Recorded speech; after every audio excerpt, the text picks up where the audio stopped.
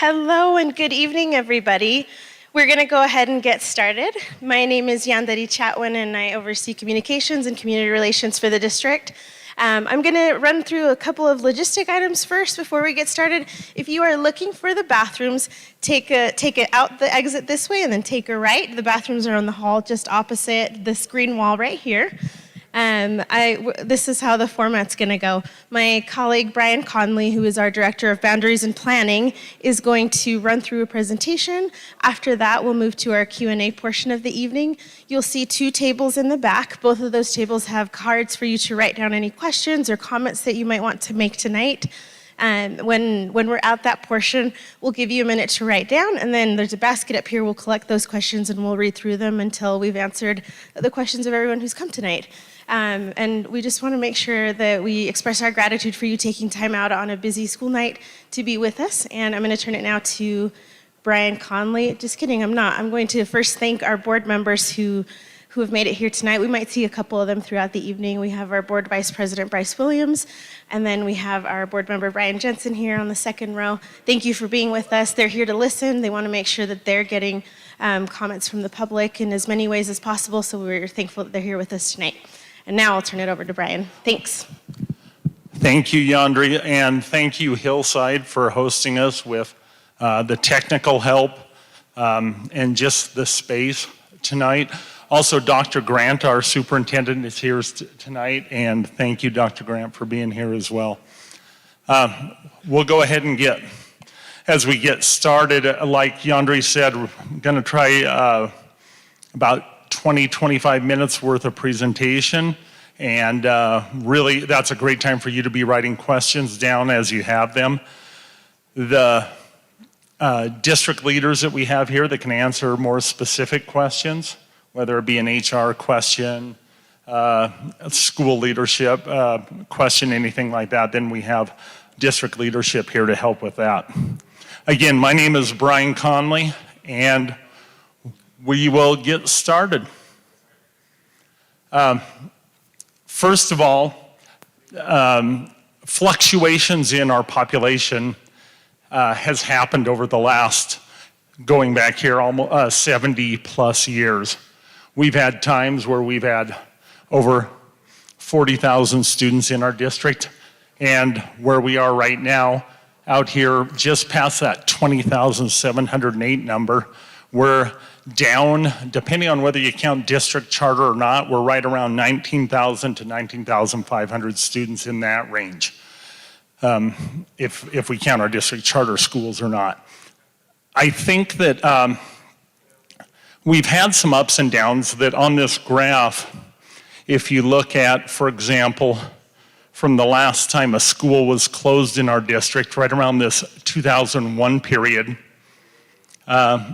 we've had a little bit of fluctuation, but most of it has been going down. And over that course of that time, we haven't closed any schools for the last 20, 22 years, 21 years, but we have had changes in our student enrollment. This is a different graphic for what you saw before. You saw the student population going down. Our schools also changed over the time. Some got rebuilt. For example, the first one on this list, Edison. We still have an Edison. It's about a mile north of where it used to be. So you'll see some familiar names on there, and you'll see some other names on there that you might not be familiar with, but as enrollments changed, so has school closures and school openings changed. And we're going to dig into a little bit more of our K-6 look. This is, of course, K-12 through our whole district, but we're here to focus on K-6 tonight. Part of our why is this slide, and in less than a decade, we've had a drop of more than 3,800 elementary students in grades K through 6. Our district over that same time has kept the same number of elementary schools, 27. So keep those thoughts in mind as we're talking about the need to do something we feel that need to do it.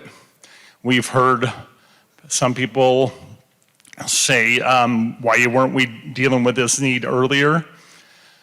What we can do is take what we have right now and move forward, and that's what we're trying our best to do with the tough decisions that lie ahead for our school board. So we're very thankful that they're willing to look at this, and also the tough part of making recommendations. But the toughest part of all, we know, is going to be for our students and our families if we don't do these transitions well. We think we can do them well. And we think we can do them well and end up 3 years from now in a much better spot than we are right now if we do nothing for the next 3 years. Only one district has a smaller percentage of residents under the age of 18, and that is Park City. The darker shaded areas represent places where the percentage is higher. And this was taken from the US Census, this information. So we know we have an aging population in Salt Lake City. We heard some about that with the census. And I believe our fastest growing age demographic right now is our 45-year-olds and older, as far as percentage. Why do we have shrinking student population? There's a lot of reasons. And this is one of them. Only 6 states have a higher median single-family home price than Utah. We're one of the most expensive. This isn't a top 10 list we love being on. So this was taken from the Kim Gardner Policy Institute, just another piece of data that you may have seen over the last month or so. We know it isn't all just about affordable housing. We know that it's about more charter schools. We know that it's about private schools. We know it's about people who make the choice to homeschool or go to a neighboring district. But we do know that this is a big chunk of it right here. Our population and boundary study aims to accomplish these 3 things right here. We want to establish school boundaries that support thriving neighborhood schools and experiences for our student population at each of our elementary schools. We want, of course, to be responsible with taxpayer money. We have a broad responsibility to our 200,000 residents of Salt Lake City to be responsible, use that money efficiently and effectively. And we also want to maintain and strengthen high-quality learning environments for our students, because we have a commitment to ensure that every elementary student has the opportunity to learn not only in an appropriate but also engaging setting.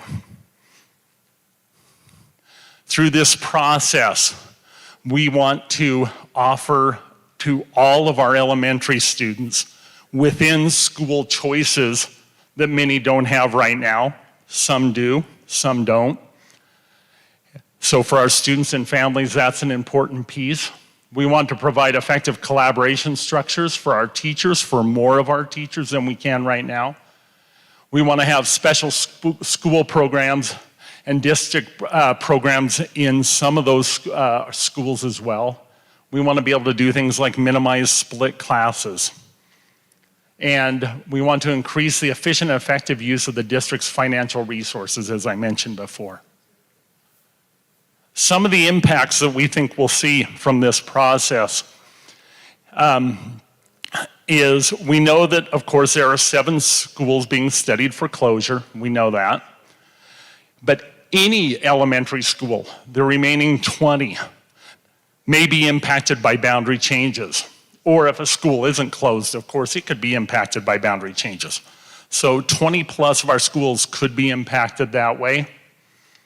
And a lot of that just depends on the number of schools that are, that the board does say that, yep, we should close these schools. The district is studying the location of special district programs like our DLI program dual language immersion, and Magnet ELP. Magnet ELP is starting to go by another acronym. Gifted and talented, those are our students there, and I apologize for not having that acronym memorized yet, but we're working on it. It's possible that these programs will be located at different schools next year. Here's our approach to further study. We grouped our G5 considerations, and G5 is the name of the policy, and there's administrative procedures for the policy.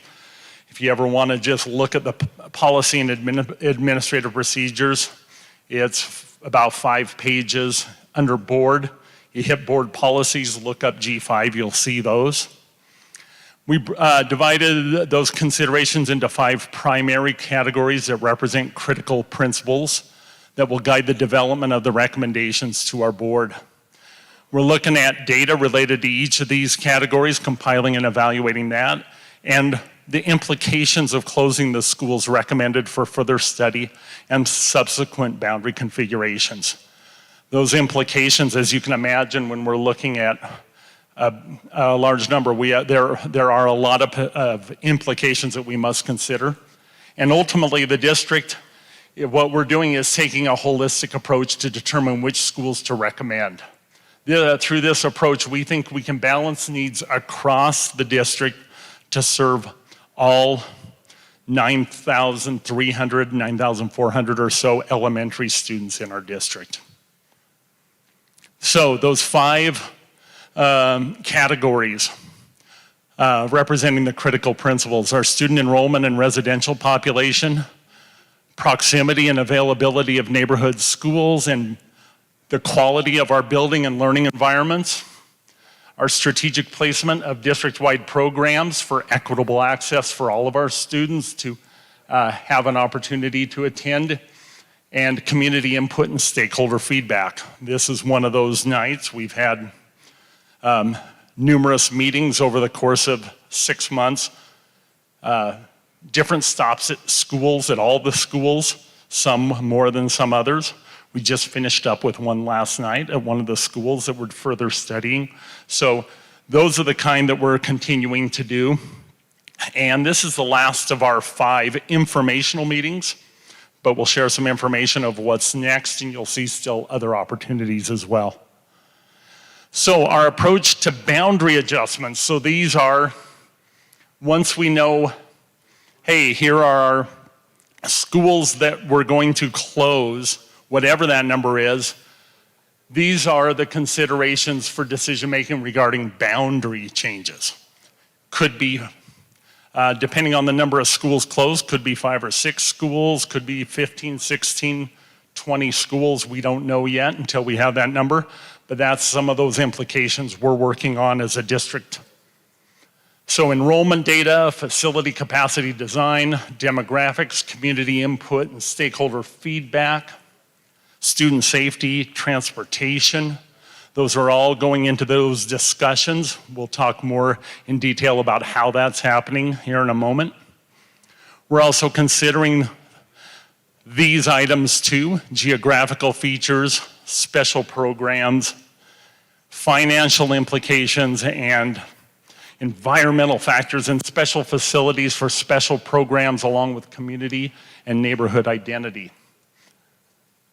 So if you want to see these in more detail, on our Boundary and Study homepage, there is a link to a memo that the board received about a month or 2 ago. I'm trying to remember which board meeting it was that they received that, I think, and about a month or so ago. And you can see it in more detail there if you'd like to, instead of really quickly trying to read all of those. Our next steps for further study, what September and October have brought to us. Sorry, October and November. September and October. September and October. We do have a data group. That group is fluid.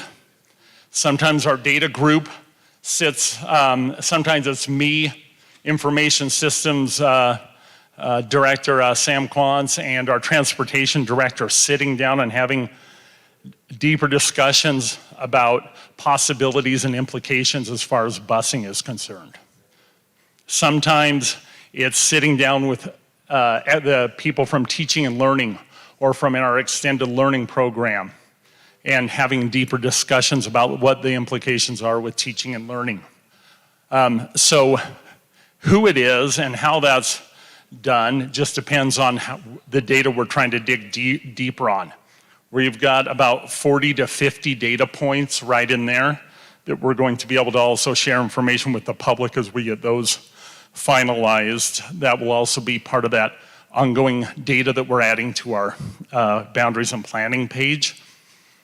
We also have what I think is really the substance of whatever decision is made. Do we turn obstacles into opportunities, and do we do this in ways that 3 years from now we see that this is a beneficial process that we're going through, even though it is growing pains along the way. And that's with our transition group. So with our ed equity leadership and with our superintendent and with communications director, with school leadership and performance director, all sorts of people at different times are working in this group. And will eventually, that group will morph and change to what we need once we know which schools we are going to be closing, if we are, based on whatever the board votes with. Some of these groups will morph and change based on what we need. But right now, it's a lot of trying to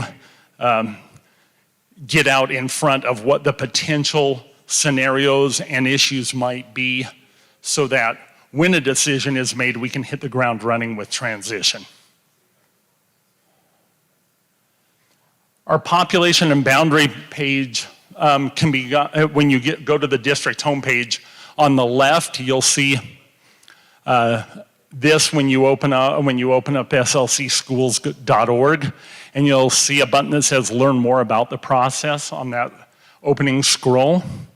And I just wanted to point out a few areas where we're taking, not only we're getting better at what we're doing, we're taking community feedback and input and trying to also improve our FAQs, our district data with some different pieces that we have there for like interactive map. We're going to be soon getting our updated 23 numbers in there of enrollment and pieces like that.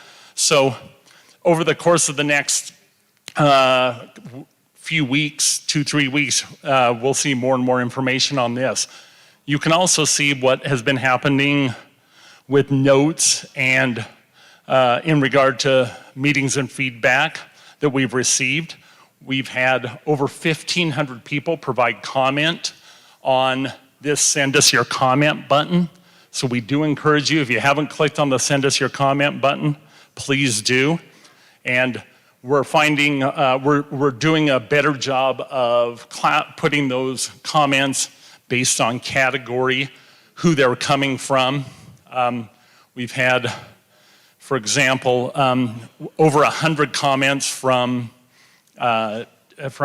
teachers in our district. We've had, last time I counted, about 41 comments from students. We've had, of course, our largest group has been our parents and guardians, but encourage you to go and look at this data that's on here already.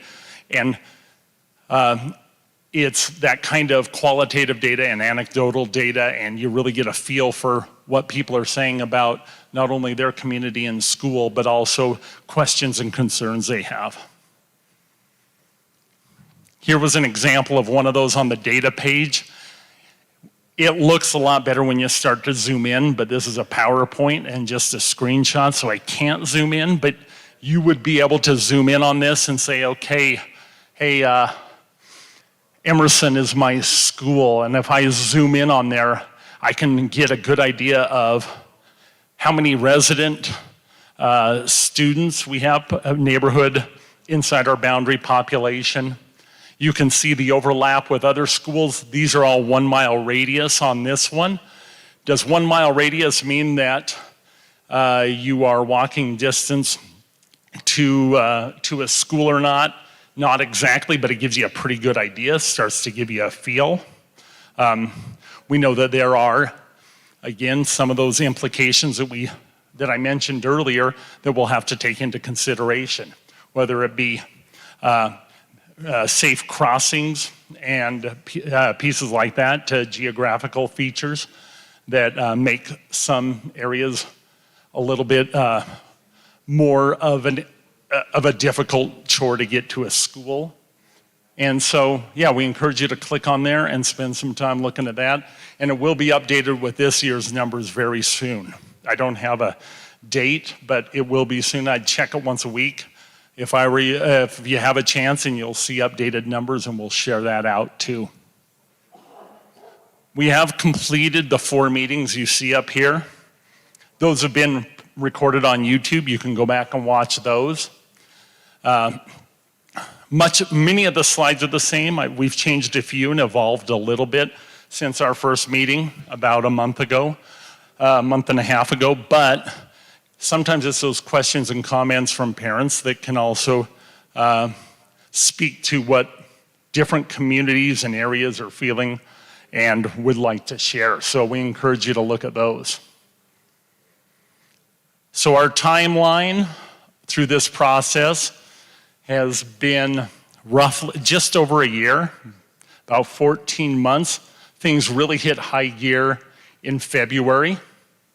So since then, we've had these other pieces happen pretty close to the timeline. They were modified a little bit. We had to lengthen the time for some of the first meetings because of my availability, but we got things caught up by July.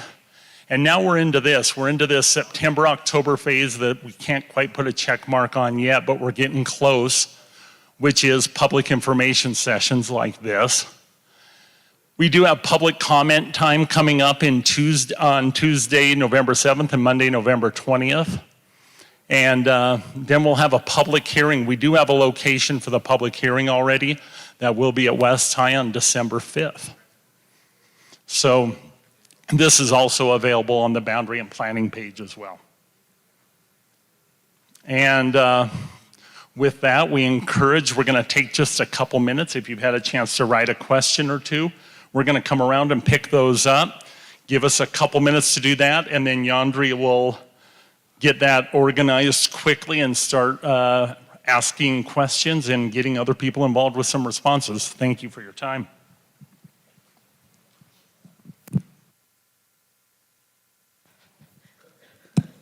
Okay, while we give you a minute to write down questions, I just wanted to review again how we're going to do that. So, yes, thank you. Questions in this basket. If while we're doing Q&A you have additional questions, feel free to just drop them in there. We're going to get through all of them tonight. And I want to introduce a couple of the district leaders who are going to help to answer those questions. Over here we have Logan Hall, is our Executive Director of Human Resource Services, also formerly an administrator here at Hillside Middle School. We have Alan Kersley, who is our business administrator in charge of all the money things. Dr. Tiffany Hall oversees teaching and learning. Dr. Lisan Taylor is over our school leadership and performance department. And somewhere in here, I know we also have Christina Kindle, who is our general counsel. Okay, so I see we've got some questions. We're gonna go ahead and get started. Say that one more time. Yes, I acknowledged them at the beginning. Thank you so much for pointing that out. I appreciate it. And to clarify, our board members are here to listen, but our district team will help to answer the questions. Thank you. I appreciate you making sure I didn't miss them. Okay, so we're going to start with this question. This one is from Brita Manso, and she says, in response to the legislative audit, the district said they would develop a structured preventative maintenance plan that includes a comprehensive accounting of the completed and current projects and projected needs for all district facilities. Have you used this data to help you decide which schools to close? Can you make that report public? Our general counsel is not here. I'm going to look to our business administrator for some assistance with this question. So to answer the kind of a two-part question, that that plan hasn't really, it's not one of the items we're using to determine which schools to close. It is still a work in progress. At some point when it's completed, it will in some form be posted on a web page. Thank you, Alan. I appreciate that. I somehow have two mics. 1 second. Okay. This question says, what will you do if the projections are off next fall? For example, if classrooms are too small, less than 15 to 18 students, or if they are too large, greater than 35 to 40. How will you quickly react to change teacher allocation or to hire more teachers? Hiring paraprofessionals for a large classroom is not the solution that the public wants to hear. We need trained educators. And I'm going to look to our Executive Director of Human Resource Services for support. This is a great question because we're actually in the process of doing this right now. Every year with our October 1 counts, schools look at what their projected enrollments were, which we do staffing every year in February. And then in October, we get the new counts of the official kids who are actually coming to school each and every day. And with that review, we look and see, are there large increases or are there decreases? In the event that there's decreases, the district has historically held harmless any of those schools, and we maintain the staffing so that we do not create giant interruptions in our schools. We want to make sure that there's consistency for our children and make sure that our classrooms are appropriately staffed and not move teachers around in the middle of the year.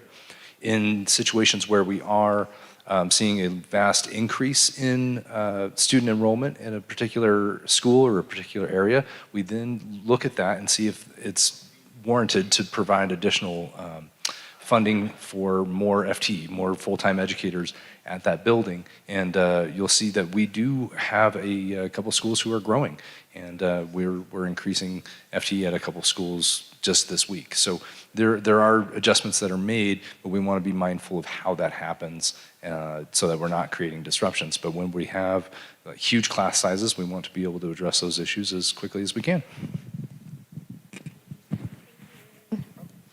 Our next question, also a side note, a lot of these are typed up, so thank you for being engaged enough that you're thinking through. These are very thoughtful questions. This question says, will open enrollment students be able to move with their current school cohort, or will they be shunted back to their original neighborhood school? I want to explain for parents who might not be familiar with open enrollment.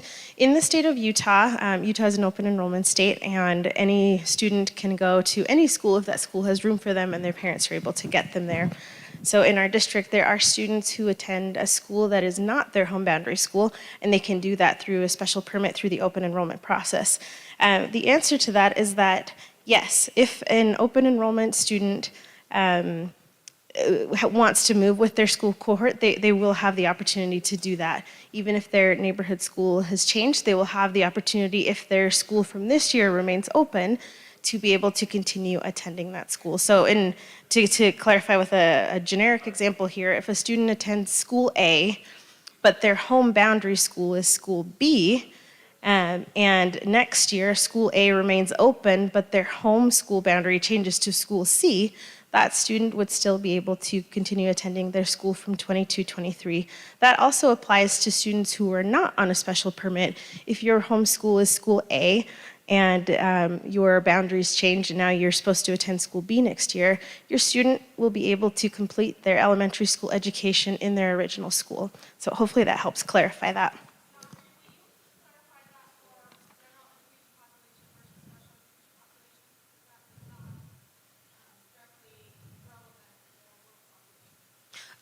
So the question, I'm going to speak it into the mic just for the sake of YouTube and our translator, but the question that was just asked is whether we can give clarification on how that would impact special education students. And I'm going to turn to our team for some support with this one.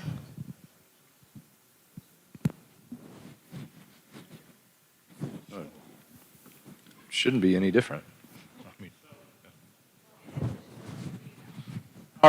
We do have some students that are served at our hub schools, special education, and if a program moves, that's a district program, if a program moves, then those students will move, that's the program, and those are the students that are moving to that program, much like ELP or DLI.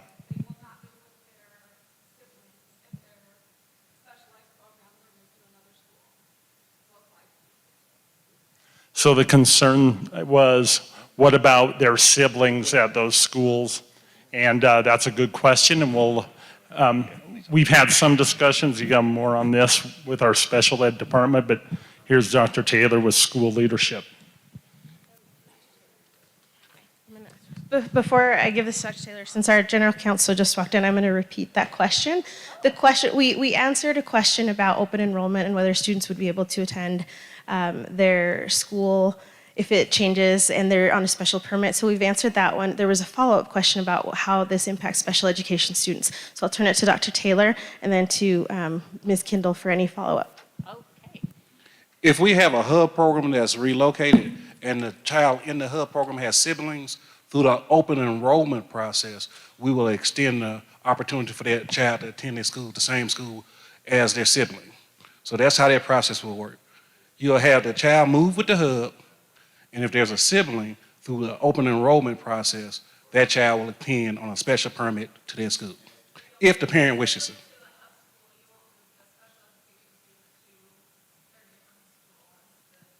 Yeah, when you look at the hub program, the students that are part of the hub will move with that program in its entirety. And if the parent so desires, then the sibling will be extended that opportunity to attend that hub school on special permit. Did that answer your question, Amanda, or did you have something else? Okay, perfect. Thank you, and thank you for the question. I do also want to remind people that because we are trying to make sure that all of our board members hear these questions, we will ask you to write the questions down. So thank you for helping us with that. I want to acknowledge before moving on that our board president has joined us as well. Nate Salazar over here. I've taken off my glasses, but I can still see you. Thanks, Nate, for being with us. Our next question. The district has stated that kindergarten numbers are an indicator of a school's future enrollment. Based on October 2023 enrollment numbers, only 9 district elementary schools have kindergarten enrollment of 50 students or more. Those include Dilworth Elementary, Emerson Elementary, Escalante Elementary, Highland Park Elementary, Meadowlark Elementary, Mountain View Elementary, Uinta Elementary, Wasatch Elementary, and Whittier Elementary. Yet Emerson and Wasatch are on the closure list. How can the district justify recommending these schools for closure when some schools have significantly lower kindergarten enrollment? Thank you. That's a great question. I'll tackle a couple of pieces of it, and then I'll turn to the team for anything else I'm missing. So I do want to point out that these October 2023 enrollment numbers just came out. So they did not play into the decision that was made to recommend 7 schools for study for potential closure. Those numbers will play into the further study portion of our boundary and population process. I also want to add that for us, we're looking not just at overall school enrollment, but we're digging deep and looking at residential enrollment. Of the students who live in a school's boundary, how many of them stay, and how many of them stay and participate in the general education program as opposed to a special district enrollment program? That's different at every school because not all schools have district programs, but I did want to point out that nuance as well. Team, anything else? The only, just to reiterate, big important piece of what we're doing, the further study. We have more information that helps us make it it adds to the considerations. It's why, as painful as September and October can be with trying to get to us making a solid recommendation, these are the types of things that we're seeing now that are also taken into consideration. And yeah, we'll see. Okay, our next question. The recent state audit, sorry, I will move that back down. Thank you. Thanks. The recent state audit of Salt Lake City schools recommended that the district focus on identifying high-performing teachers in schools and replicating their successful practices with other teachers in schools. Knowing that, how would the district justify closing its latest National Blue Ribbon school, Wasatch Elementary? Please note that Wasatch is the only school in the district to have received this award twice. That is a great question, and I will point out a couple of things. Again, this National Blue Ribbon School is something that should be celebrated, and we're extremely proud of. It was not an award that was available at the time that the study list was created, so that wasn't a factor that went into play. And while that is something that's important to recognize the achievement of that school community and of the students and teachers there, I wanted to point out that nuance again. Another thing is that in our district, we are so fortunate to have really quality educational programs and extremely capable and talented teachers. We have more national board certified teachers in our school district than any other district in the state of Utah. Not per capita, but just hard numbers. We have extremely dedicated and talented educators in our schools. And there are several schools in our district who have been awarded the National Blue Ribbon School, including some others on the study list besides Wasatch, but also just other schools across the district. So it would have been really tough to create a study list that didn't have schools with award-winning educators who haven't been recognized for the quality of their teaching and the success of their students. Is there anything else that my team members would like to add?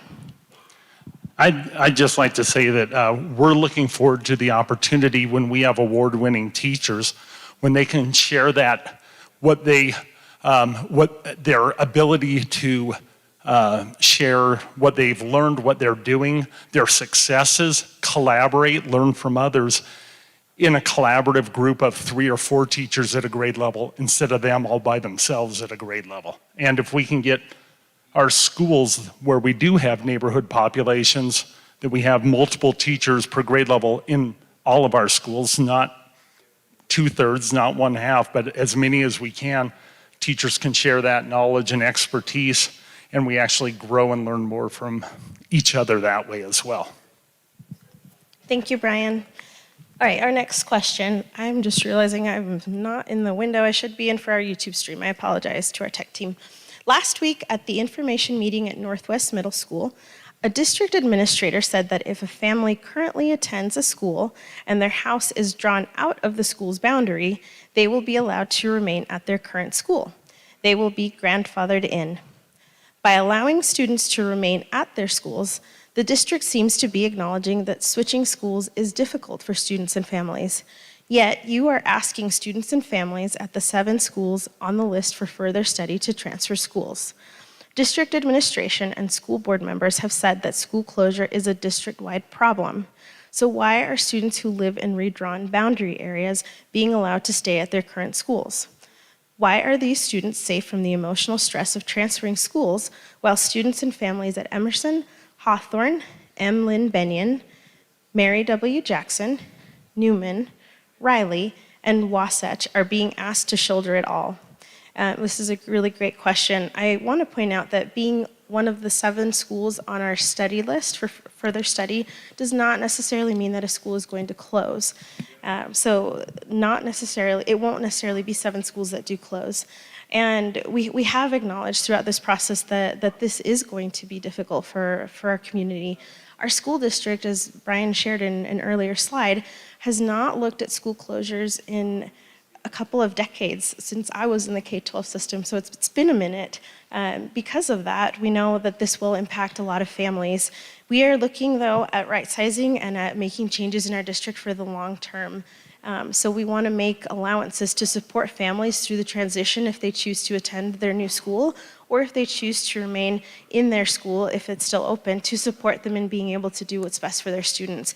As I mentioned before, Utah is also an open enrollment state, so regardless of this ability of students to remain at their school, if it's still open next year, they would still be able to have the opportunity to apply to the school of their choice because of that open enrollment law. What we're looking at is planning for the long term while minimizing the impact on our current student population, and not even just our students, but our staff as well. We value them and want to take their needs into account as well throughout this process. Team, am I missing anything?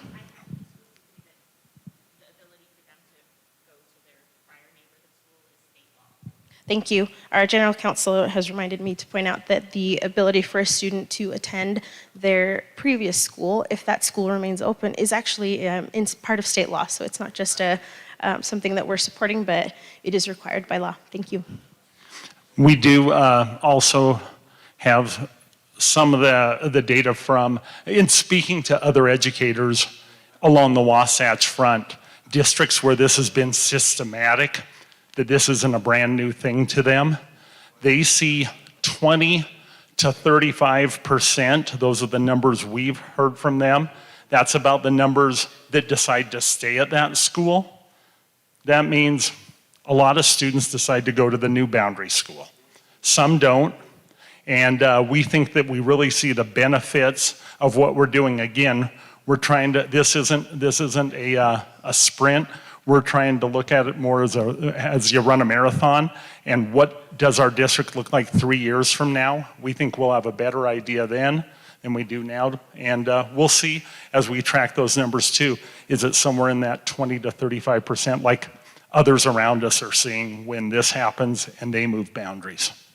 Thanks, Brian. Our next question. Last week, questions were submitted asking how the 5 categories would be weighted and how bias would be accounted for. Some responses from the district, and these are paraphrases from notes, said they would take a holistic approach. There are layers that the district would not be doing regression analysis, and these are simple numbers, and then people would make judgments.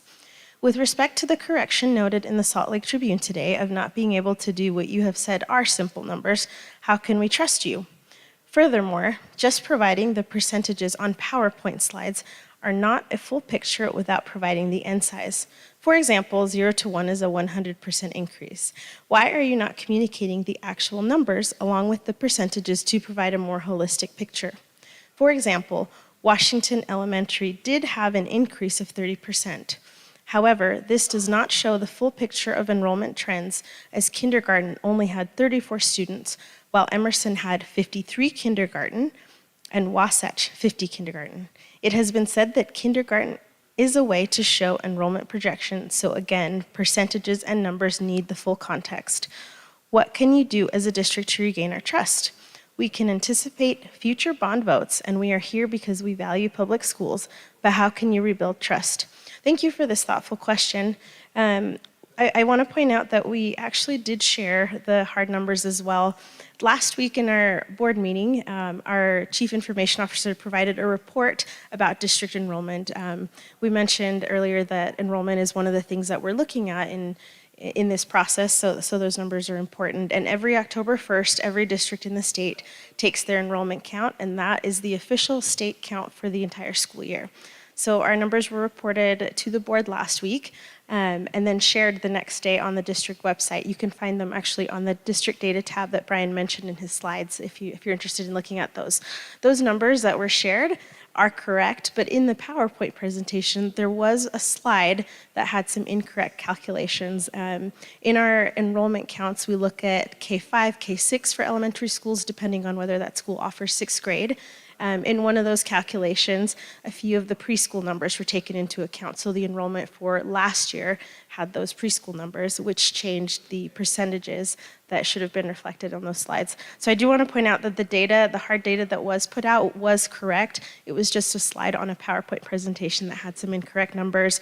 When we realized that error, we sent a correction to our families yesterday.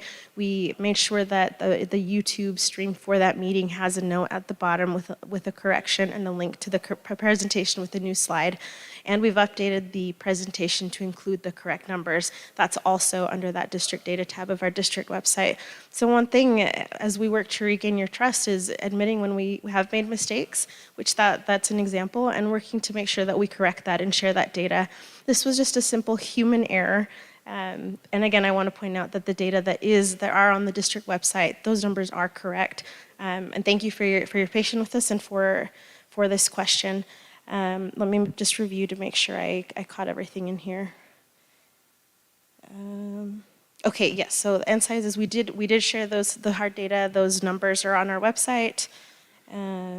And yes, you're right. The percentages do need that full context. That's why we did share that. And we share that every year. We don't share it just because we're in a boundary study process. You can look through our, if you go on the schools tab and their district demographics, you can see our data for the last few years. I can't remember how far back it goes, but those numbers are available. So thank you for the question. Yes.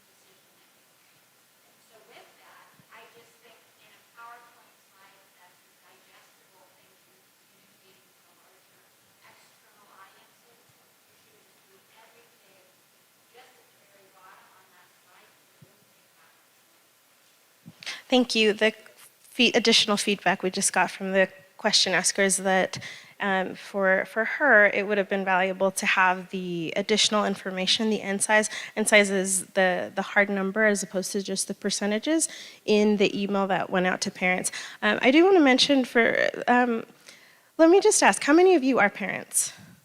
How many of you read your board report last week that we sent to you? Okay, if you go look through that email, we actually didn't link to the PowerPoint. We gave you a link to the hard data. Yeah, that's true.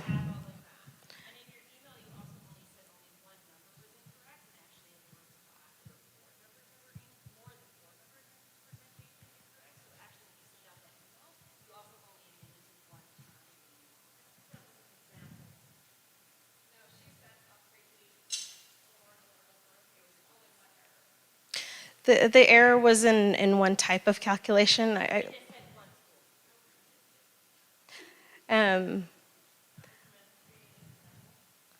Yeah, and I'm sorry, I don't have.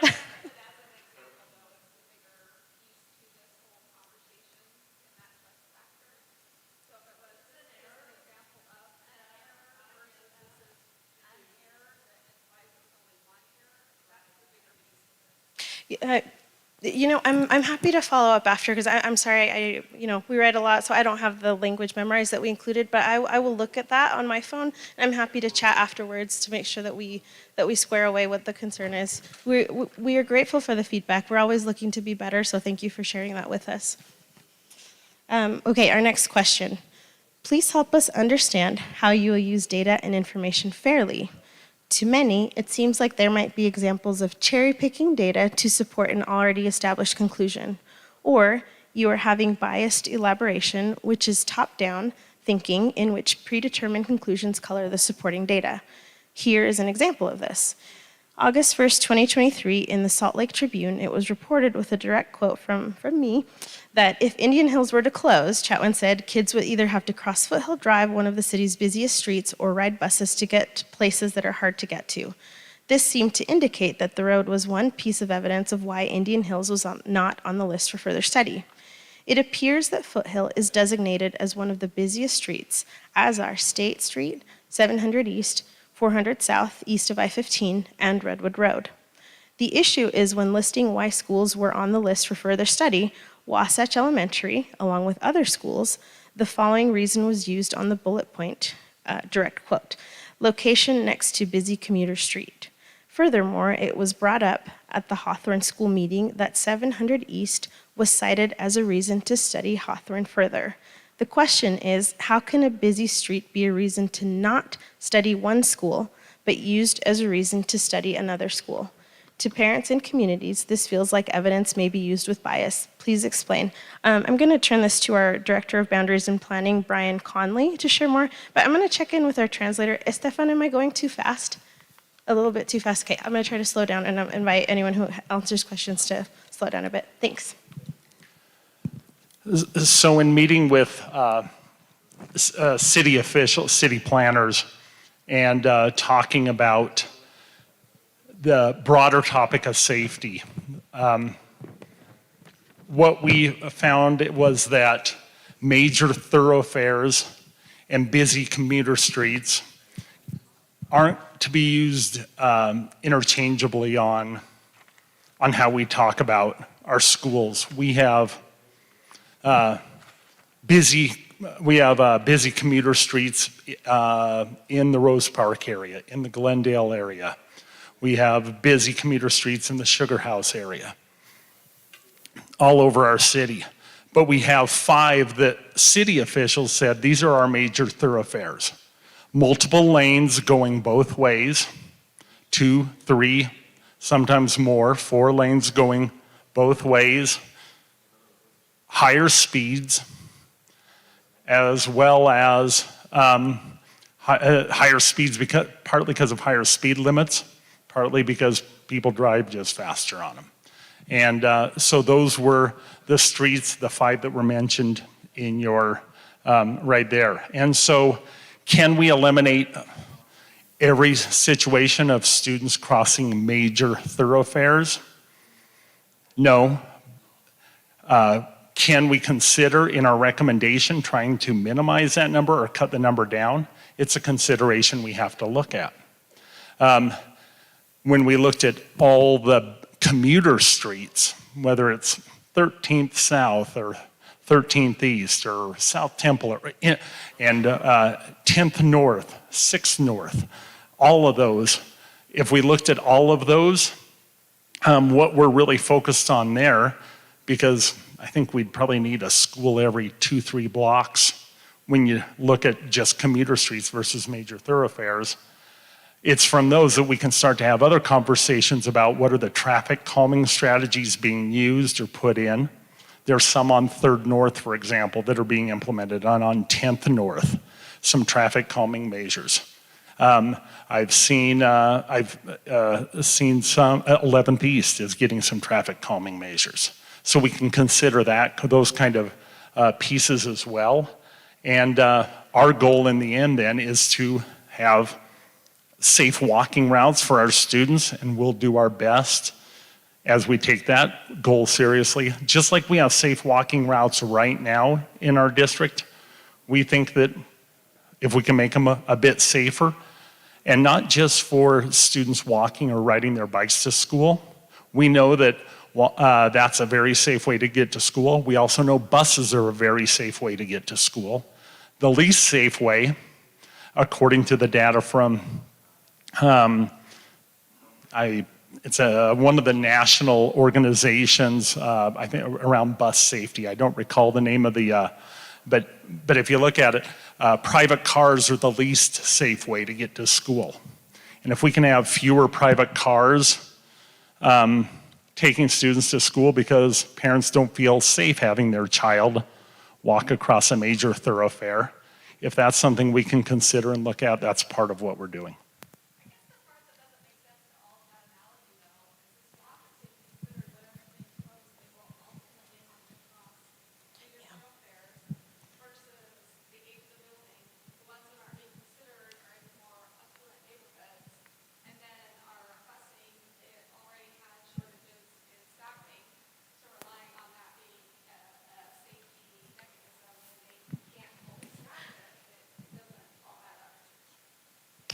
Before Brian comments on that, I just want to remind folks that we've got a lot of questions in this basket. We are trying to be respectful of your time and the people who have taken time to write questions. So while we do want to make sure we get those, maybe if you're interested in sticking around afterwards to ask some of those follow-up. Otherwise, if you can write them down, that would be helpful. Thank you, everybody. The next question. The word data is used many times in these meetings and the discussions. Can the entire database be made public so we can see all the data being used for decisions?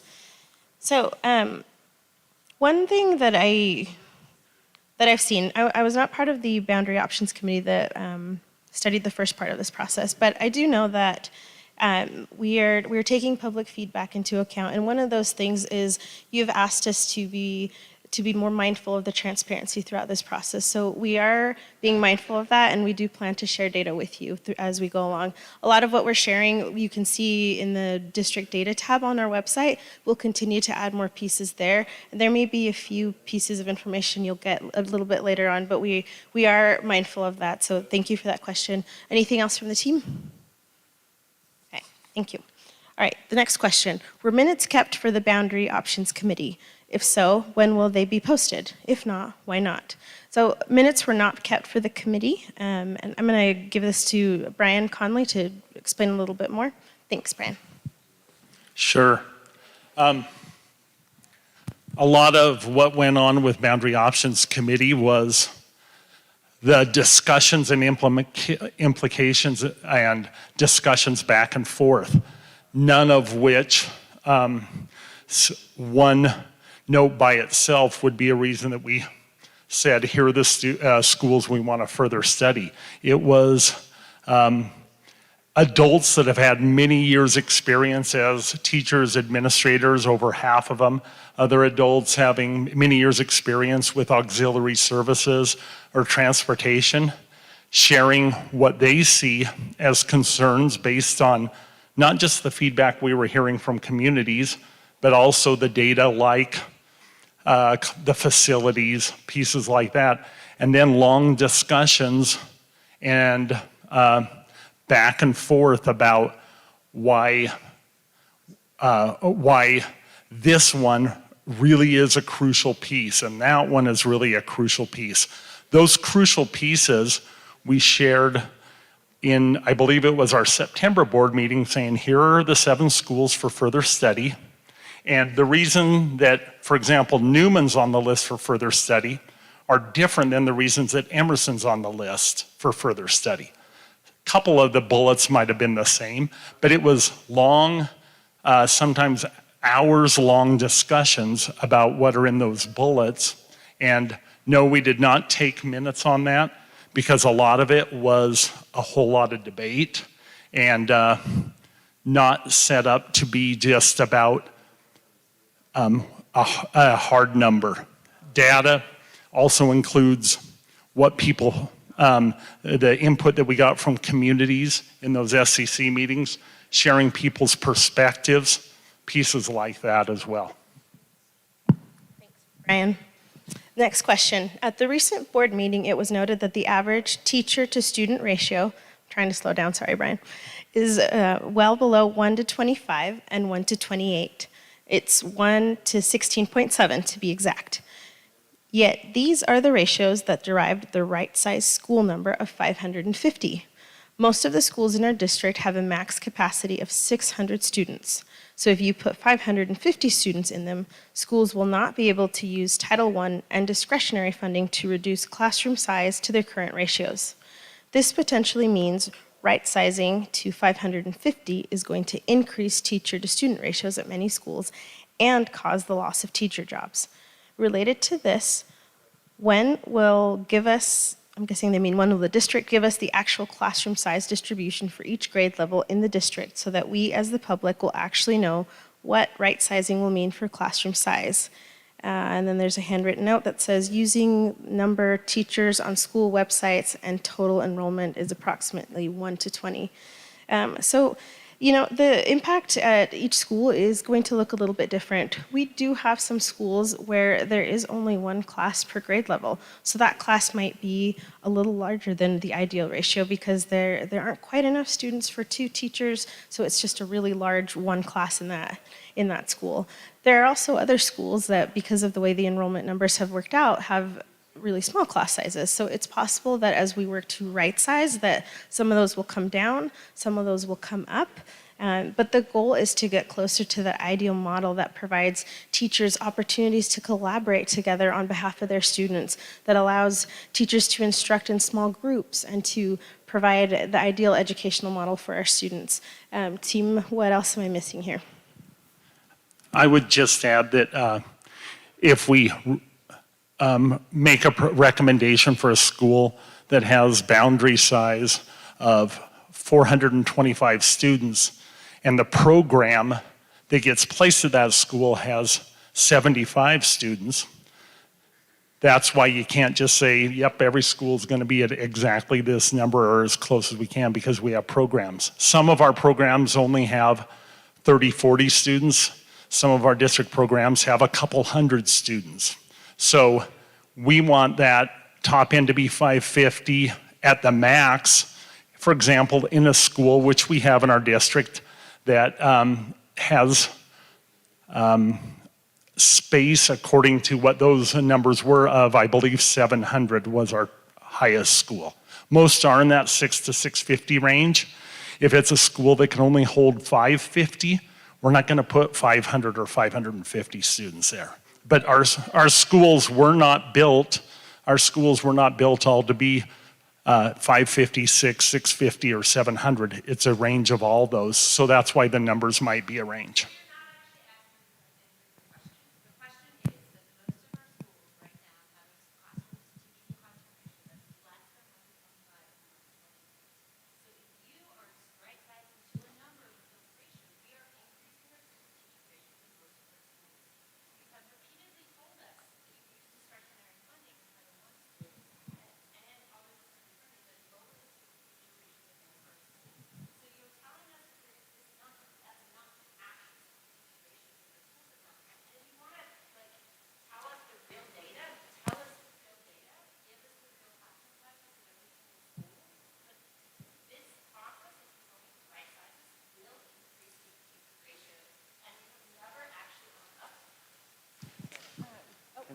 Yes, I see Dr. Grant coming up.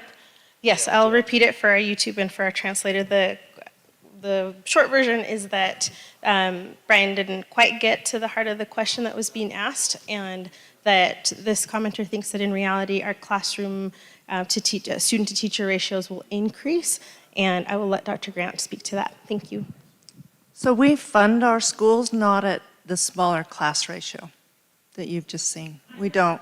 But we do that. Our SICs make the decisions, and our SICs make the decisions to fund our classroom ratios smaller.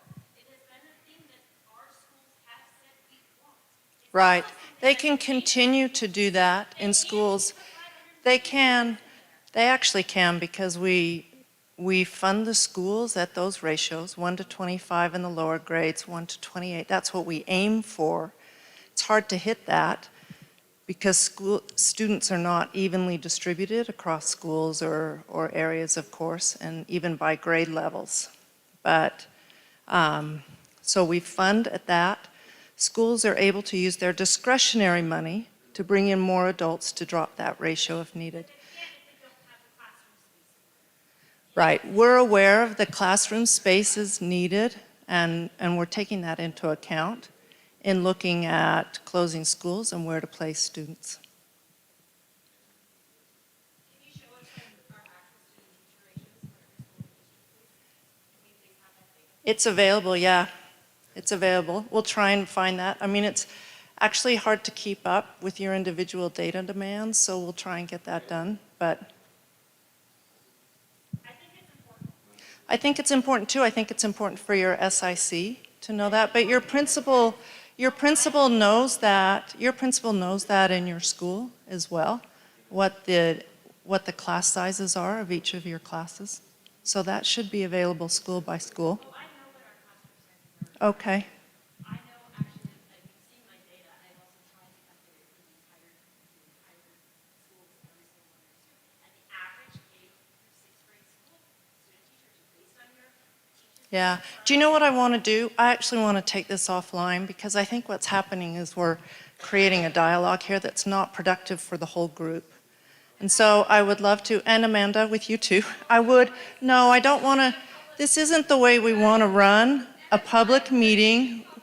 There is, and we'll be happy to respond to it. No, you guys, look, if you could. Okay, I'm just going to remind everyone that we are going to continue reading these questions. These people have, okay, all right.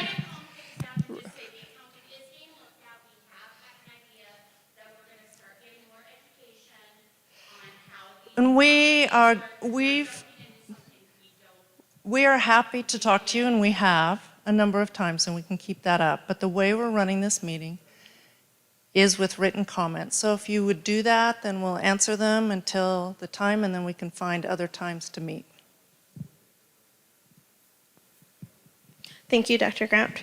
Alan, I'm going to look to you for help with this question in the absence of Isaac, who oversees buildings and facilities. Can you talk more about the idea of having to place portables at an existing school if it accepts students from a closed school? What is the long-term plan if an existing school is not big enough to accept new students?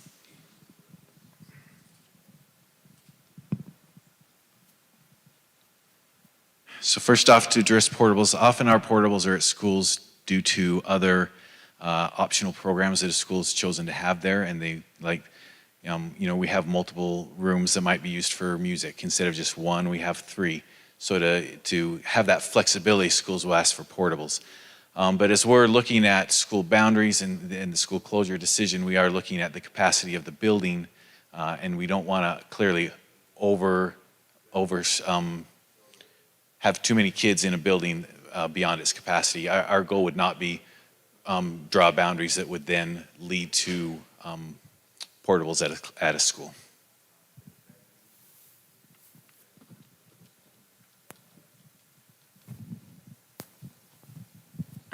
Amanda, this is your question. I'm struggling to read it, so I might ask you for, sorry. Okay, I'll do my best, but correct me if I'm getting this wrong. Why did you stop giving the schools the ability to move, and I think it says hire paraprofessionals to special education through an easy payroll allocation charge to help support the classes that one. Okay. Has been part of this discussion. So Grant School District, and currently Salt Lake City School District used to do this, and they stopped doing this. But Grant School District currently allows flexibility where if they need to pull a general education parent in a special education classroom because of staffing issues, which we all know chronically, at the beginning of the year, it's like catastrophic levels. It could be a quick coding change so that nobody is getting frustrated about pulling general funds into special education arena without permissions. And so, why did it stop? What's going to be done to right-size that up? Because that is a very easy, valid way to help our special education classroom students in times of crises where they are generally the first 1 to 2 months of the school year at minimum are understaffed, undersupported because of the significant turnover, et cetera, going forever. But we used to do that in this district, where if we would pull a para from a gen ed classroom, they could quick code change and get paid out of special education. So whether that intermediate people weren't freaking out about Emily funds, it stopped. Why?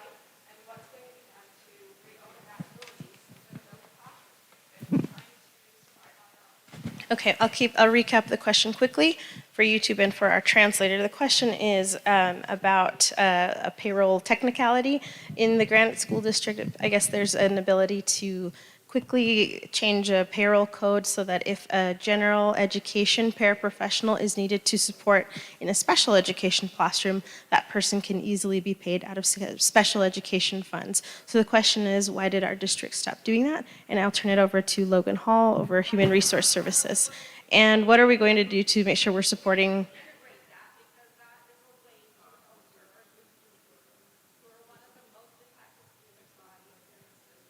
To make sure we're supporting our students who are some of the most impacted in our district in our special education classes. Logan.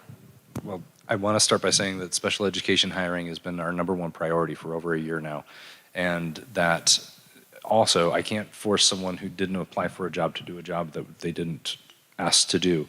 And so I understand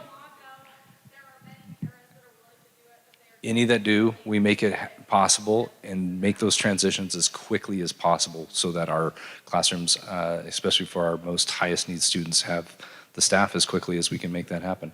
Our staff in my office had reduced the amount of time to hire any of our parapros or make these kind of transitions by half. So we're continuing to work on making it more efficient as we continue, and we'll continue to do so. Thank you. The next question is, will we be given the same comment opportunity on the proposed boundary changes if the schools close before the vote is held to close the schools? It seems the comment period has only been held when no information was available other than public information that does not illustrate the impacts on our students. The answer is yes. We don't have exact timelines right now, but our intent is to make sure that community members have a chance to review those recommendations prior to a board vote in January.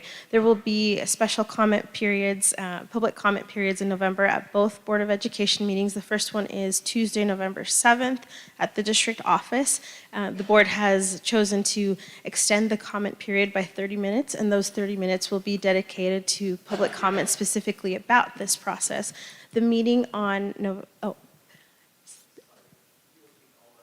Yes, I'm so sorry.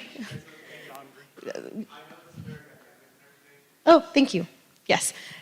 I'm so sorry. Thank you to our translator for reminding me to slow down. Shout out to him also. He's a newly hired teacher at one of our elementary schools. Thank you for supporting us today, too.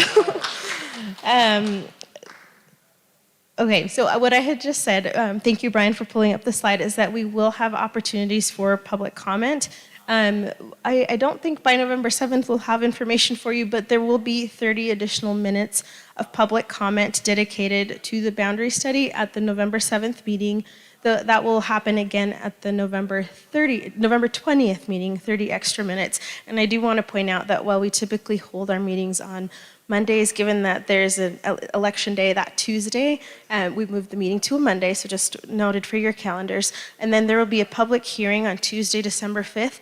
That will not have a time limit. So as many members of the public who come and want to comment and speak to the board, we will open that public comment period until every single person is done. So we want to hear from you and encourage you to note these meetings on your calendar so you can participate. Okay. Next question. Bus distance is needed to be provided beyond 1.5 miles for elementary schools. The district seems to mention 1 mile as a goal. What will the outcome be as you plan in terms of distance? This is a great question. So I want to explain where that 1.5 mile number comes from. That actually comes from state law. The state requires us to provide bus transportation to students who live more than 1.5 miles from their elementary school. The distance is a little greater for our secondary schools, but since we're only talking about elementary, it's 1.5 miles. The maps that you saw earlier with the circles with the 1 mile radius, we felt that that gives us a ballpark idea of what a 1.5 mile driving distance might look like, because obviously you don't actually travel in a straight line to get to your school building, right? And that's not the exact number of families who might live within that distance of walking to their school, but we wanted to just use that to start looking at some scenarios and just seeing what was possible and what would be needed in our district. So our intent is to, wherever we can do this, to make sure that students have an accessible, preferably walkable school in their neighborhood. As you might have seen from that map, there are a lot of areas in the city, and Brian, would you mind scrolling back to that actually? Thank you. Where a student might live within walking distance of more than one school in that part of the city. So we're using this information, and that'll be part of what we continue to look at is these busing numbers. But when a plan is presented to the Board of Education, it will include not just the potential schools that might close, but also the boundary changes, which will help inform that conversation on busing. So thanks for the question. Will you please share the potential new boundary configurations for all schools before voting on which schools to close? We need to understand outcomes and downstream effects. Yes, the answer is yes. We will share that information before a vote, and you'll have an opportunity to share public comment with the board. Thank you. We don't quite have that timeline nailed down, but our intent is to do that before a vote takes place. And Dr. Grant, possibly before that public hearing, we're not quite sure on that timeline yet. We'll keep families up to date when we have that. Since we're still in that further study period, things are kind of a little in flux right now. Thank you. Yes. Do I understand you correctly that you may not have the boundary study outcome at the public hearing on December 5th? We're not quite sure yet when we'll be able to wrap everything up. Can I make a recommendation? If you don't have that data and the recommended closure study, delay that public hearing until that is released. Okay. So if the whole point of that public hearing is specifically to review and be able to provide our feedback on whatever's closing or whatever's possibly changing, give our feedback back to the board. So December 5th is not necessarily an important date for any of us, as long as we know what we're going into, what we're facing, what's coming up. If we have a December 5th meeting and you say, well, we don't know yet because we're not finished, you're going to have 150 or 250 angry parents. But if you send out an email that says we're going to do it December 18th instead of December 5th, I think everybody would be a lot more comfortable with that. That's really great feedback. I appreciate that. And I'll repeat it for our translator. The feedback is that earlier I had mentioned that our timelines are still in flux. We don't have a date yet on which we are going to be able to release the recommendation in full. The comment that was just given is that the public would prefer for us to share those recommendations prior to the public hearing, even if that meant that the public hearing needed to be changed to a later date. Thank you for the comment. Okay, the next question. When schools are closed, what % of students select or choose to leave the public school system? Looking at other schools that have closed. I actually don't have data on that, but I'm going to look to the team in case. Yeah, the question is what % when schools have closed in other areas, what % of students choose to leave the public school system? don't have the percentage that choose to leave the public school system when they boundaries are redrawn. Our neighboring neighboring district, who's been at this longer than us, said, for example, now school A is closed, you're pointed to school B, but you are in school C's boundaries now instead of school A is the one that closed. And so 20 to 35% choose to go to or to stay in the school that they've already been in. The other, 65 to 80% choose to go. Yeah. Mm-hmm.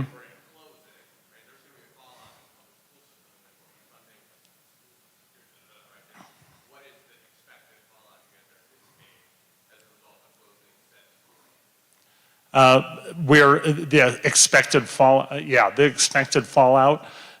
This is not with our other schools, districts that are around us that we've collected some of the information from when they close, has been that the drop really isn't significant because those students choose to go somewhere else. There's been some drop because of charter schools, people moving, all those, and some of that's hard to tease out when that happens, but there hasn't been a significant number of change for that sole reason. They typically just go to another school within that district.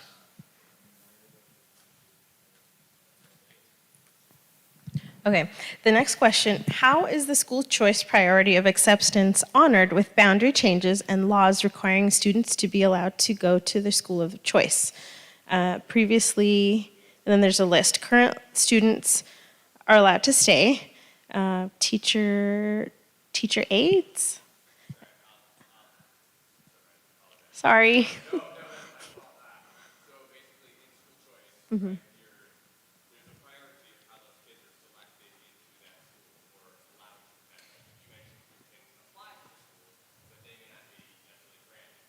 Mm-hmm.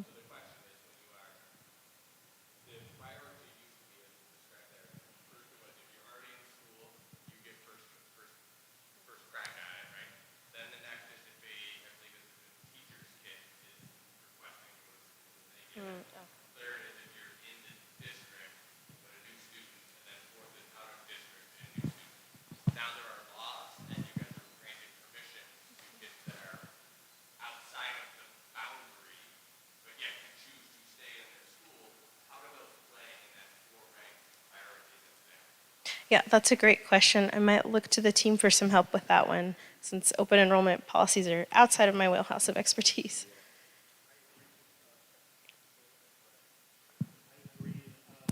Yes, it is a great question. And it's part of what that transition group is working on and can be part of, some of that clarity around that will be part of what that recommendation is and some of the rationale that comes out of it. Was there anything on the legal end you wanted to add, Christina?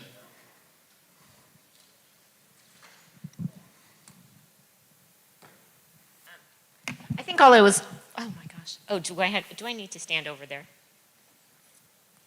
I need to stand over here. So all I was going to add was really that if you are already attending the school on an open permit, we're not going to be declining any of those open permits. And as part of the transition plan, like Brian indicated, we are going to be allowing students and families who have been impacted to apply during an open enrollment window and have your normal open enrollments, as well as all the families impacted, all those applications considered at the same time, and then those priorities will still be in effect for those. And our plan is not to have schools be so full that they still can't take open enrollments. But families who by state law are allowed to attend the school that they previously were boundaried to will not have to go through an open enrollment period. I am so sorry, I'm talking very fast. I apologize. Oh, the whole thing? I can. Okay, you want me? I'm going again. All right, so we do have a standard open enrollment process. That will still be in place. We will also allow families who have been impacted by school closures to apply during an open enrollment window, and then all those applications will be considered at the same time. The priorities that we've established in open enrollment will be still honored in the order that they have been prioritized.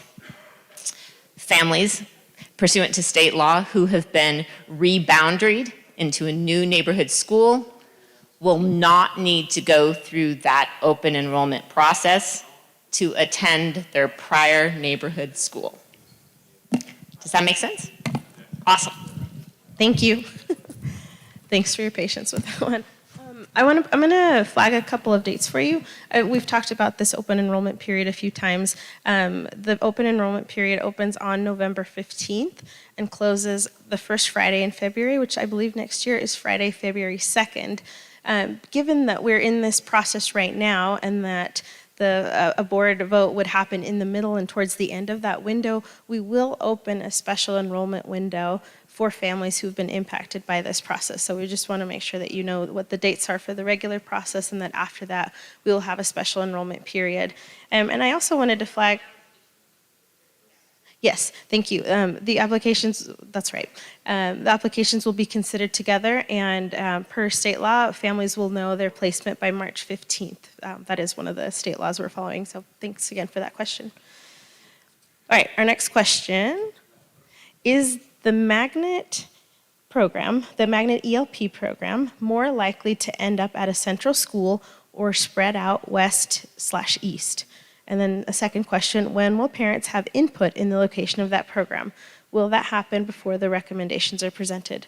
So we are still in that further study period, so I can't really comment definitively right now on where any of those district programs might be located.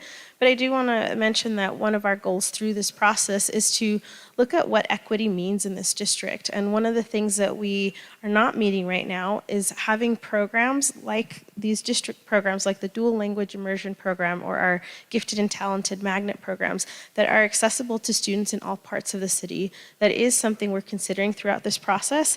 And parent input will be taken into account in those meetings that I mentioned, the public hearing, those public comment periods. So thanks again for that question. The next question, what will you do with all the schools that will be closed? Sell them? Sorry, Amanda. So I'm so sorry, I don't remember I can't read that next question. But the essence of the question is what will happen to the school buildings. That I don't have an answer for that one quite yet, but here's what some possibilities are.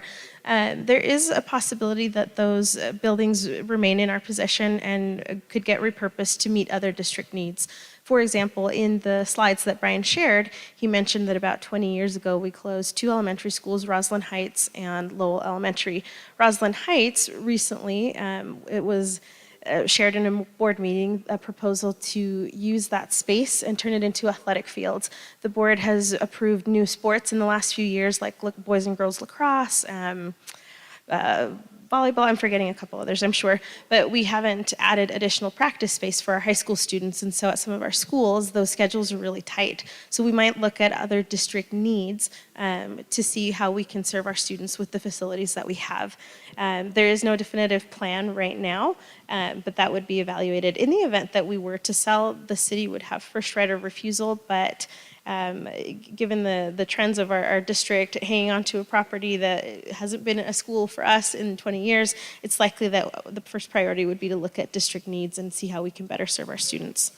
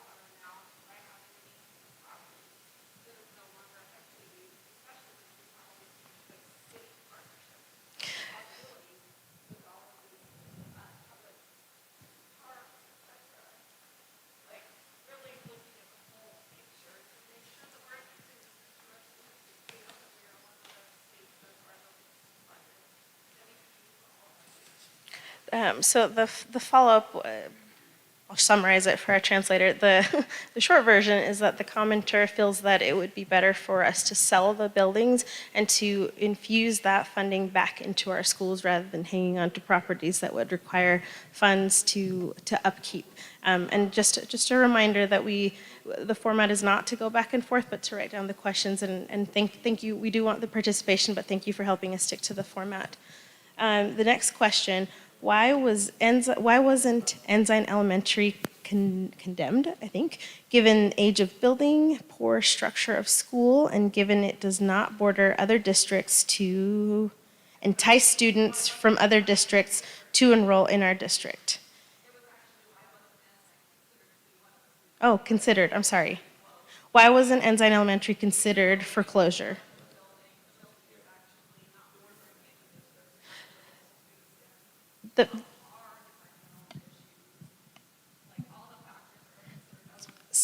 So again, thank you, Amanda. Thank you for helping me conserve time. Thank you, I appreciate that. Short version, why wasn't elementary considered for this closure list?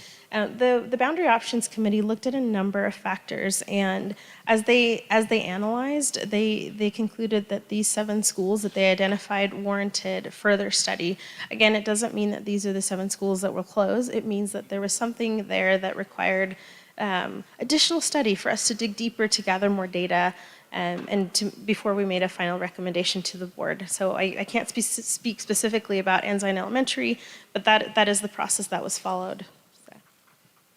So. Next question. What will you do to, Amanda, this one's yours again, to ensure closures based on safety don't result in tunnels? Yes, I do. Thank you. I can't.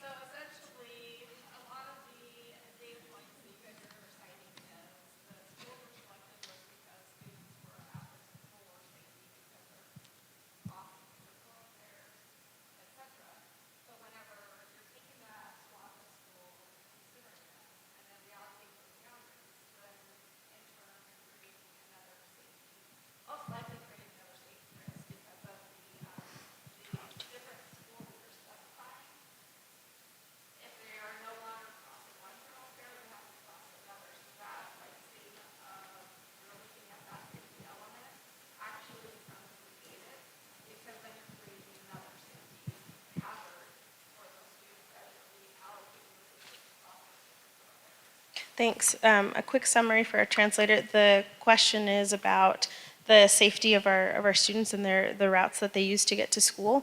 That there are a few areas that we flagged as having safety concerns, but the concern is that as we redraw boundaries, that we're going to create additional safety concerns, and that is a worry, and it's a tough thing to balance, especially in an urban setting.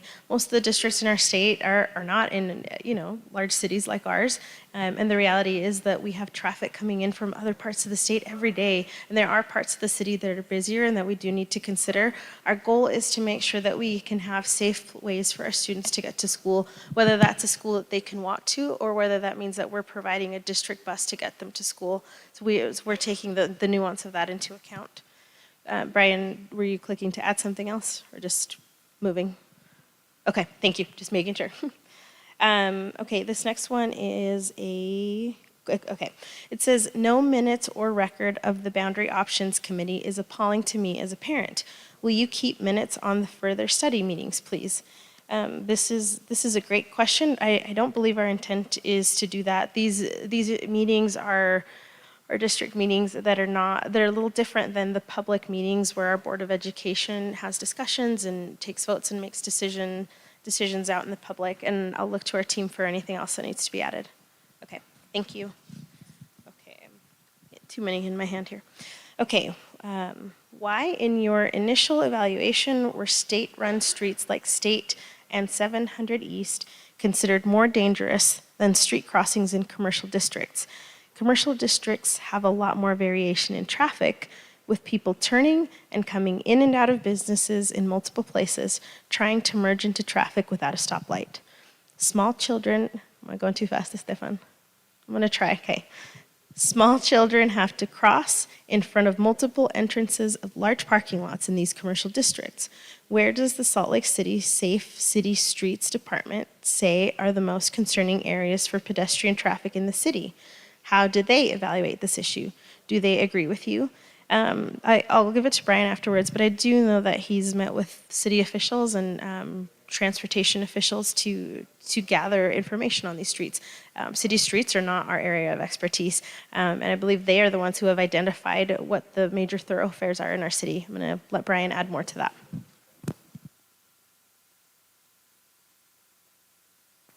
So part of our further study is also meeting with a city crossing guard supervisor, UDOT, again, city planners.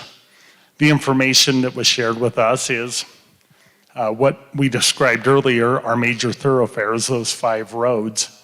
Doesn't mean those are the only streets that we must take into consideration, but they're a good starting point for us because, again, those are the ones that provide the most challenges with higher speed traffic, multiple lanes, and safety not just for students, but also not just pedestrian, the students coming and walking or riding bikes, but also in cars as well. So that's our starting point.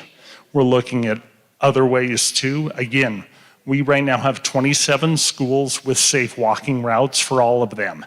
Can we make it better? Can we improve upon that? Yes, we think we can. Can we make it perfect where none of them are ever crossed?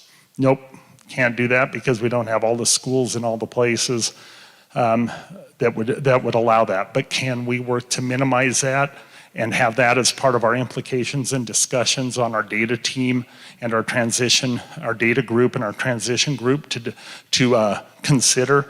Yes, and that's what we're doing.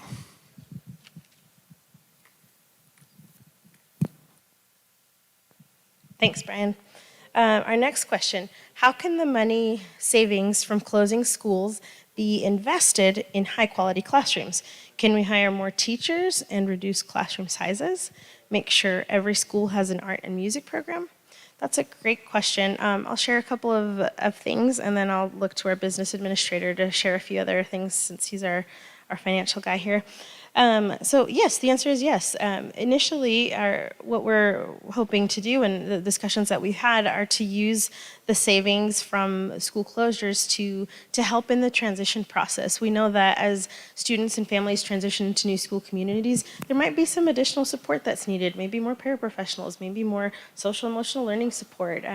We don't know what those boundaries and school closures may look like yet, but those are some of the things we're considering is how can we use these funds to support our students. While the financial piece is a small piece of this, the priority isn't to next year just to save all that money, but rather to look at how we can support families through this. We're looking at school closures and boundary realignment for long term, but we want to be mindful of the impact right now and next year for our students. Alan? Yeah, I'd say Yandri covered the question quite well. But really, so we just have high level discussions and thoughts. It's not until we actually have an approved list of closure, and then we'll really be able to nail down on what those savings are and how we can use them to best help the outcomes of students. Thank you, Alan. The next question, I will likely look for some help over here. Please explain how your projection data is calculated. Please provide us with error rates. It has come to our attention that the projection data in Granite District was not accurate after they closed 3 schools last year. We've heard that some schools had around 90 more students, I'm trying to talk slowly for him, end up at the schools that the closed schools fed into this fall. Our schools are not as big as Granite and cannot absorb as many students if your projection data is off. There are also several discrepancies in the number of inbound students for each school for several schools between your scoring spreadsheet and your enrollment report of distribution from the fall of 2022. For example, your scoring spreadsheet lists 253 inbound students for Washington, but the enrollment report listed 162. There are others, but they are not as off as Washington's. When are you going to fix these discrepancies and tell us how they came about? These data points are important to be right, as this is the number that projection data is based off of, not total enrollment in each school. I'll look to the team here afterwards, but one thing I want to share, Brian may have touched on this slightly in the beginning, but in the past 5 years, we've hired 2 professional demographers or companies, teams of demographers to run demographic studies for us. They have run projections for us. The first of these studies was done by Davis Demographics in the 2017-2018 school year. And in the years since, we've found their projections to be about 95% accurate. There was a follow-up study that was done in the 2021-22 school year by a different firm called Applied Economics. Having 2 different demographers run those numbers helps us to be sure that those numbers are as close as we can get them. I'll let Brian share a little bit more since he can speak more to the spreadsheet that was referenced. Our information systems person, Director Sam Quantz, is coming down to talk more, get into the weeds on some of those details. I will say that just over the last 2-3 years of data that I most recently looked at, our projections district-wide were within 100 students of what they were.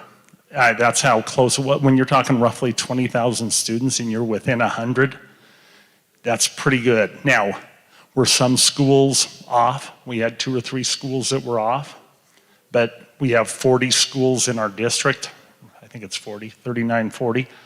Are we guaranteeing that we're gonna nail every bit of it? No, because we can't predict when people buy or sell a house or move, pieces like that. We can't control all those factors. But Sam, you can talk more to the specifics on projections. So projections are just that, they're projections. And so we have been very fortunate to be close district-wide, but we see that we can be a little off in some of our transitional years. So a transitional year would be kindergarten. We don't have a lot of historical data with that. And then from 6th to 7th grade or from 8th to 9th grade. Those are areas where we focus on what the enrollment was historically and kind of take an average of that and do kind of a best guess based upon what the math is showing us. We have a couple of different models that we use, and that's one reason we hired a couple of different companies. So I do the projections on an annual basis, and I look at total enrollment, okay? And then we look back 3 years in each grade level, and we break it down per school, and we use what's called a cohort survival rate. What's the probability that a student who attended in school last year in a certain grade is going to move to the next grade? And in some programs, that's very high. And in some schools, it's very high. In others, we see a lot of mobility. And so that's what I generally do, and we look on that as a year-by-year basis. So we really don't look at the resident students when we do that projection. So when you're looking at that distribution report, that deals with residency, students who live in a boundary, a school's boundary. Now, when we looked at Davis Demographics, they really look at resident students, where they live. We had them contact the city planners. They looked at birth rates and everything and helped us find a projection of what our resident students will look like. So when we look at those projections, we really don't have a good picture of where our out-of-district students are going to be in the long term from that report. Then when we hired Applied Economics, they use a little bit of a hybrid between some geocoding, like Davis Demographics used, and the cohort survival rate method that I use. And so that helped give us a picture, again, of resident students plus some out-of-bound student or out-of-district students. And so we've used 2 or 3 different models to really try and narrow in, but it's not a perfect science either, right? It's not a perfect. So as we look at it for the future, will we be off in some areas? Probably, right? There will probably be some discrepancies. But what we want to do is narrow that gap as much as possible to be able to make good and wise decisions.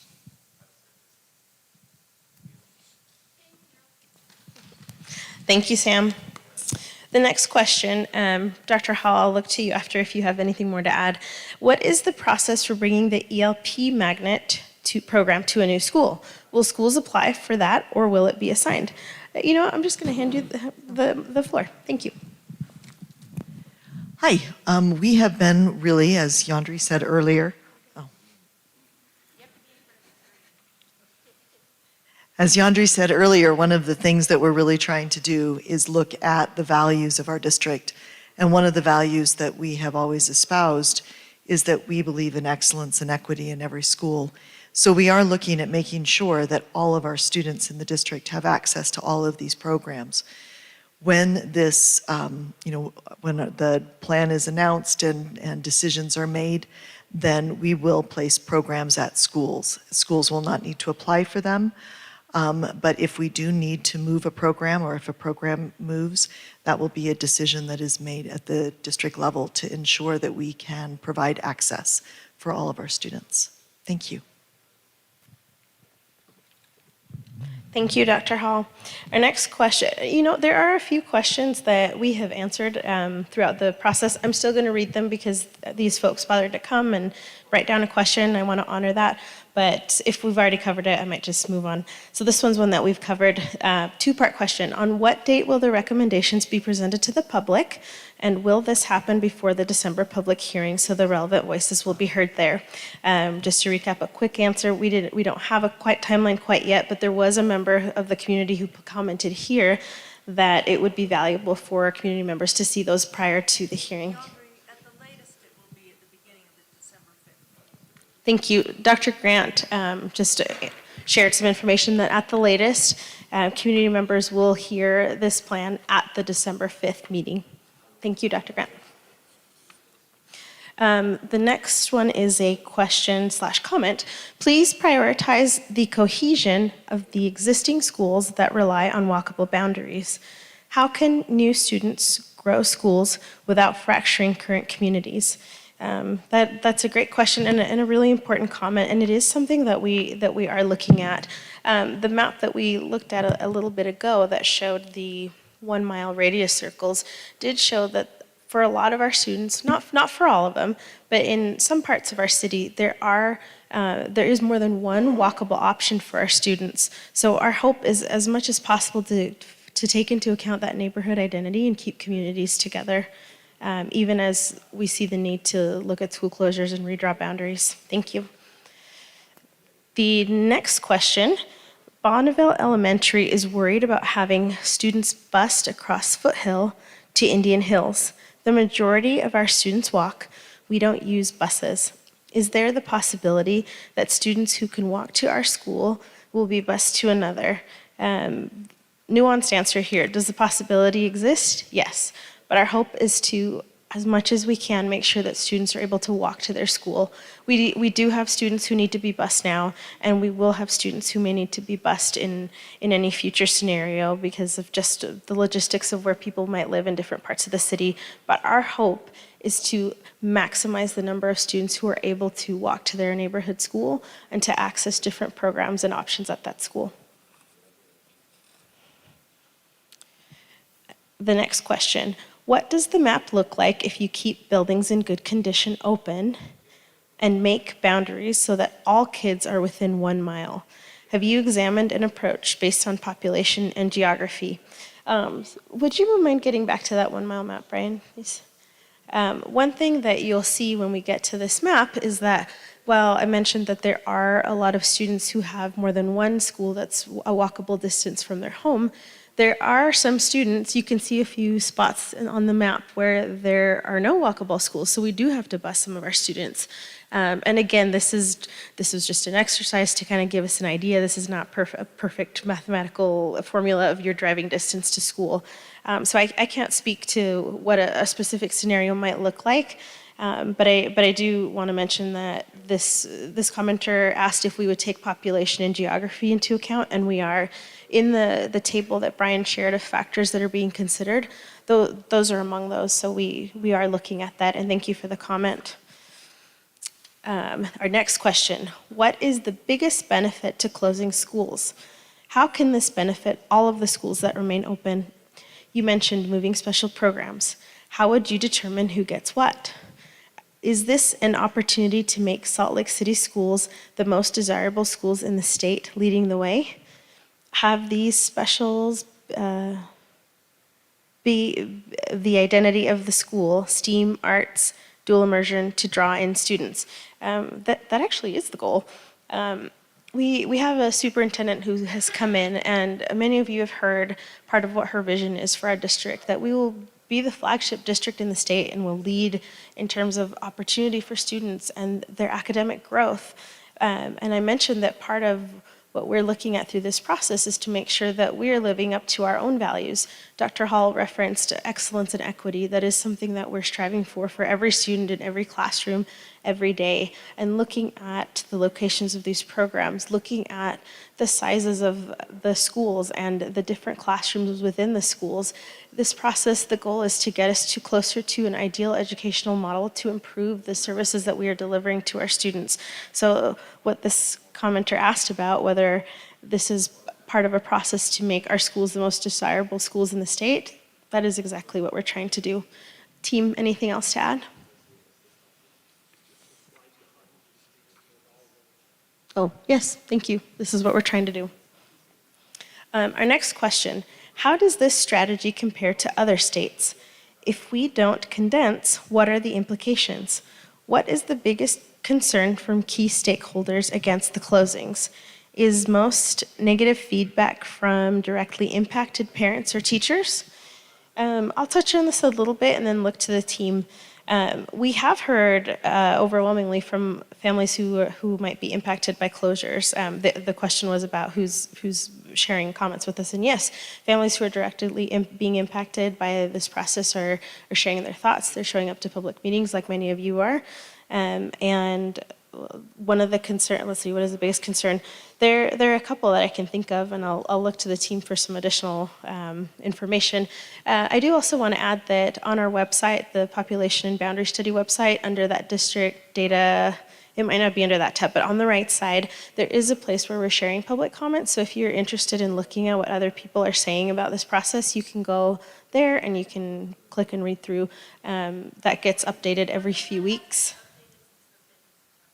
Okay, I know it's every few weeks, and we can take a look tomorrow and see when we might be due for a next update. Thanks for flagging that. But some of the things that people are concerned about are being able to walk to their neighborhood school. They're concerned about keeping access to programs for their student, and we appreciate those comments because they help us know what specific concerns we may need to address that are not demonstrated through the data. In this process, the data are incredibly important, but it's not just the data that will impact this process, and your thoughts and your comments are important for that reason. Team, anything else to add? Okay.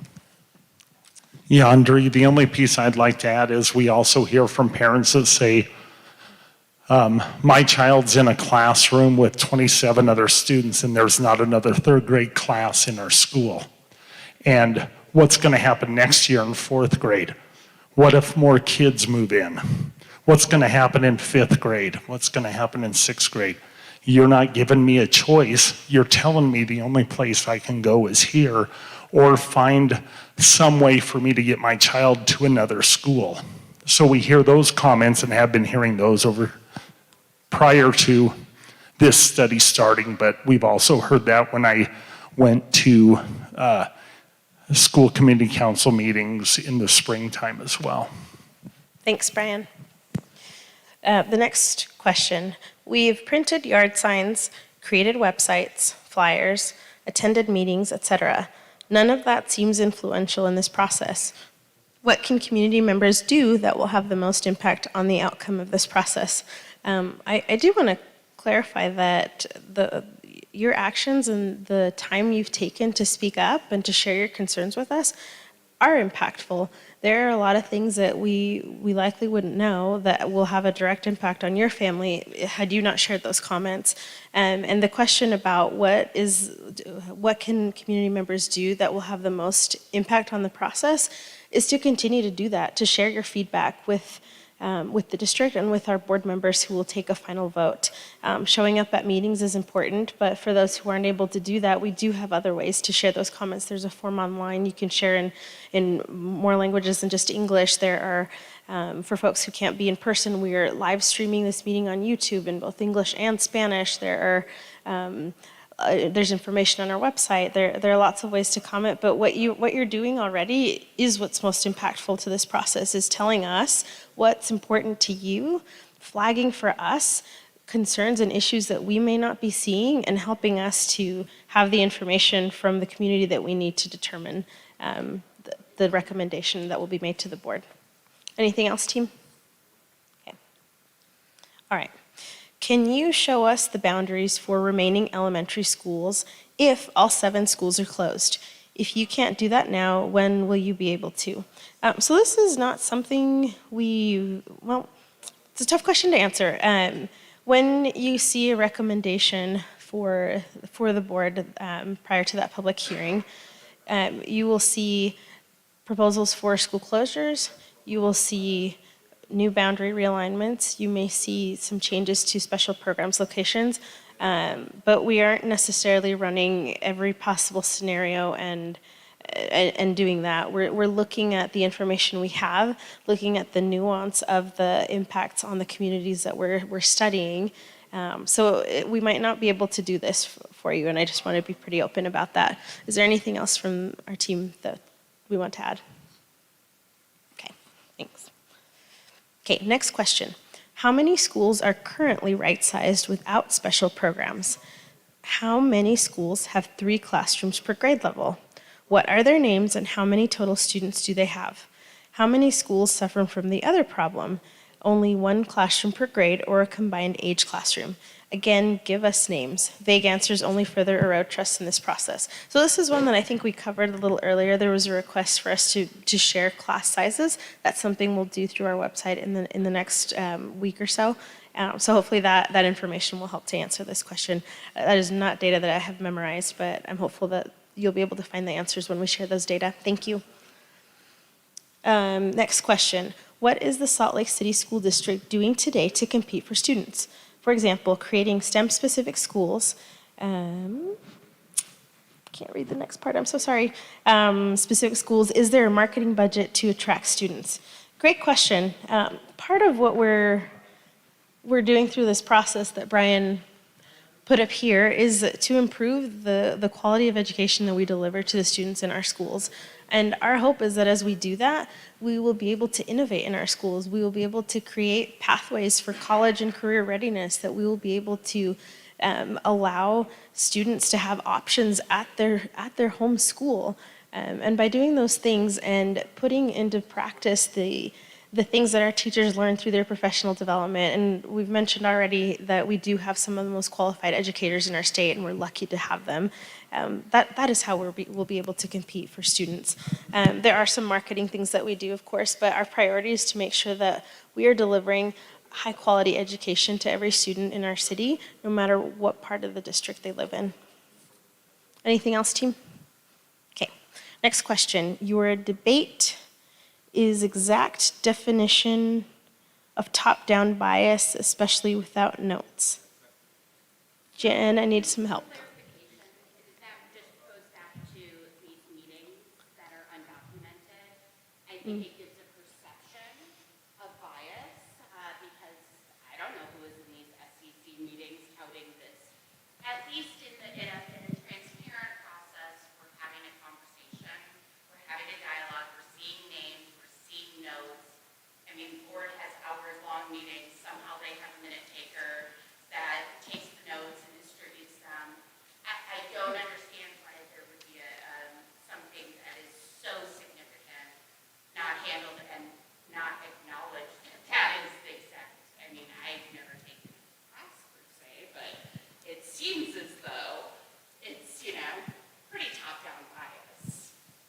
loudest voice wins. And believe me, I know, because I'm a loud voice. Thanks for the humor there too. I'll point out a couple things. So you mentioned not being able to attend every school community council meeting for all the impacted schools. Those meetings actually are required to have minutes that are taken and posted publicly. About the boundary and planning. Oh, you mentioned SEC meetings. Sorry. Boundary, this is really bothersome that we're having such a big process. Yeah. And we have no notes to go back on and have any idea, because as we know, things change. We just had enrollment numbers that have changed. There's always a correction. We're dealing with really minute, just detail. You need like second, third, fourth, fifth eyes on these things because you're making huge decisions that will impact. I mean, the reason that you go to a suburb and the house is more expensive within a mile and a half of the school, you know, the closer you are, the better you are. You don't have to be bused, right? So, or you want to live in the country or whatever your options are. When we're in the city and we're developing these things, you're impacting a lot of social pieces, and to not acknowledge that this process is top-down bias really is just mind-boggling in an educational forum. Thank you. So to clarify for our translator, the commenter is expressing dismay and some frustration that there haven't been minutes kept and posted for all of the meetings that relate to how this decision and recommendation will be made.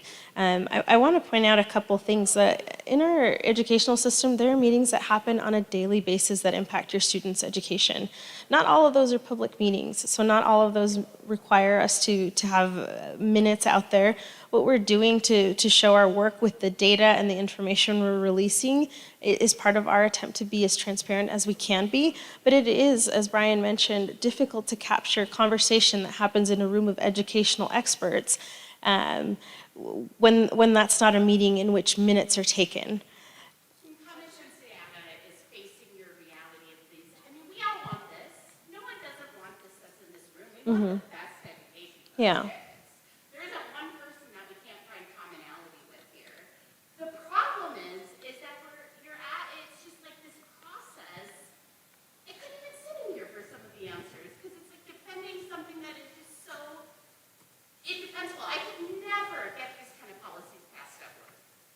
I mean, without some documentation, some other people, like, let me know who's giving you these ideas. I mean, it just isn't, in today's world, I guess maybe, I don't know, I need to be done because it's just upsetting to me. I'm not an expert in any of this, but what I know is what's facing me, and you popped my bubble, you know? I lived in a happy little bubble in the avenues. I no longer can do that. I've looked. I can no longer ignore the dichotomy of wealth and poverty in the city. And for the public school district not to try in this process have anything on here about equity, a discussion about it. Like, how is this impacting? What kind of language does it send when you're targeting zip codes? It's hard to be on that side of things, and I know that my struggle is small compared to a lot of people in this city. But it is a struggle, and it tapped me, and it's hard, and I can't believe it doesn't tap you guys. Thank you, Jen, for the comments. Our next question. While our total enrollment at Hawthorne is down, that does not tell the whole story. When you look at neighborhood enrollment, it has increased by almost 30% from this year to last. This is despite the fact that 8, and perhaps more, students moved to the magnet program from our neighborhood CNA classrooms. CNA, Curriculum and Assessment, it's a program that is a school program, not a district program, so I want to differentiate that program. I think the district thought our non-magnet enrollment would drastically decline with the removal of our CNA program, and the pessimistic side of me thinks that the district hoped that it would, but that did not happen. Why did that not happen? Because families love our school. We provide art and dance instruction to all. We provide science enrichment led by parent volunteers. We have fantastic teachers who create enriching opportunities for students at all levels. We have teachers like Ms. Henderson and Ms. Swanton who are bridging the magnet and neighborhood classrooms, mixing the kids up and teaching them in areas that they are passionate about. STEM for Miss Henderson and history for Miss Swanton. We have invested in the school as well. Last year, parents organized and helped pay to plant 36 trees on the school grounds with Tree Utah. We provide a school that is a place for kids from diverse socioeconomic backgrounds. Again, we all stayed because we love our school. Thank you for the comment. We know that all of you are here because you love your neighborhood schools, and we know that that's one of the strengths in our district is the commitment from our families to support their schools. Thank you for the comment. The next one. I am concerned that you are assuming that most current families will move with magnet, gifted, and talented programs, but in my conversations with families, this is not guaranteed. Many value proximity over the programming and may transfer to their neighborhood school if the programs move. Others need, Stefan, do you need me to slow down or repeat anything? Yes, many value proximity over the programming and may transfer to their neighborhood school if the programs move. Others need viable aftercare options. Still, others need their non-magnet children to be at the same school and will not decide until they know that all of their children will be placed at a school that meets their needs. You only have 52 or less total students for each grade across the 3 programs in K-3. You cannot actually afford to keep 3 programs open in the fall if moving the programs causes you to lose students.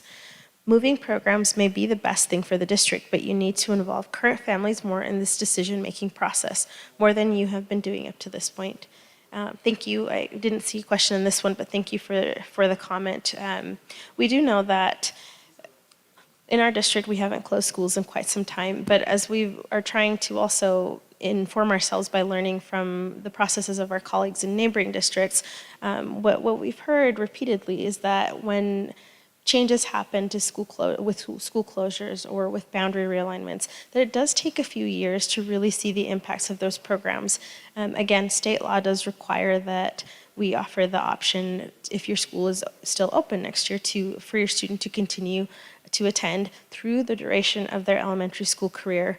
I will add one nuance of that doesn't apply to siblings. So for example, if you had an 8-year-old in 3rd grade and you also have a 3-year-old coming up, that the 3-year-old wouldn't have that grandfathering into that school, but they could apply for open enrollment and be factored in as a sibling of a current student there. So we do know that it will take a few years to see the full impacts of this, but again, looking at programs, district programs, the goal is to make sure that there is broad access and equity in that access for all of our students. Thanks. The next one, if affordable housing is an issue, why again are the only schools being considered planning with higher density off the bench? I want to make sure I understand. Why are the only schools being considered planning with higher density off the bench? Jen, are you asking why none of the schools on the bench? Growth of the city Yeah. is where you're talking about close to school. So I don't understand that mentality. Yeah, so one of the maps that we hope to share on the website in the hopefully near future is a map that was provided to us by city officials, and Brian, you might have more to add on this one, but it shows the housing projects in the city. It shows the types of units. Are they 3 bedrooms? Are they 2 bedrooms? How many units are being built? Where in the city are those being built? And how many families would we expect to see in our schools from those housing numbers? I don't remember the full details of that, so Brian, I'm going to turn it over to you. But I do want you to know that that is something we're looking at, and that's why we're not relying just on our own data, but looking to the city and to other agencies to help us to have the data needed to assess the broad impacts of these decisions. Brian? Yeah, the only piece I'd add to it is traditionally in Salt Lake City, we've seen 1 student for every 5 homes, roughly. I think 22 students out of every 100 homes, so about 1 student for every 5 homes. As we've seen more construction of studio 1-bedroom and 2-bedroom units, we haven't seen that kind of number. We've seen less than that. We saw in one of our school boundaries over the course of the last 8 years, I want to say it was about 1,100 units. As of last year, we had gotten 22 students out of those 1,100 units. Do we think that it's going to stay that way forever? We don't know.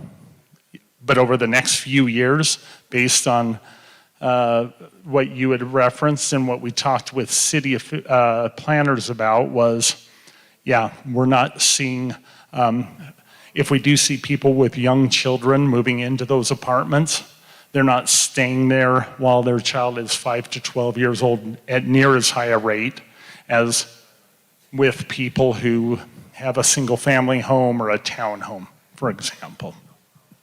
Thanks, Brian. For this next question, first I want to acknowledge that we have one of our state senators for Salt Lake here with us, Nate Bluin. He is my state senator. Thank you for being here.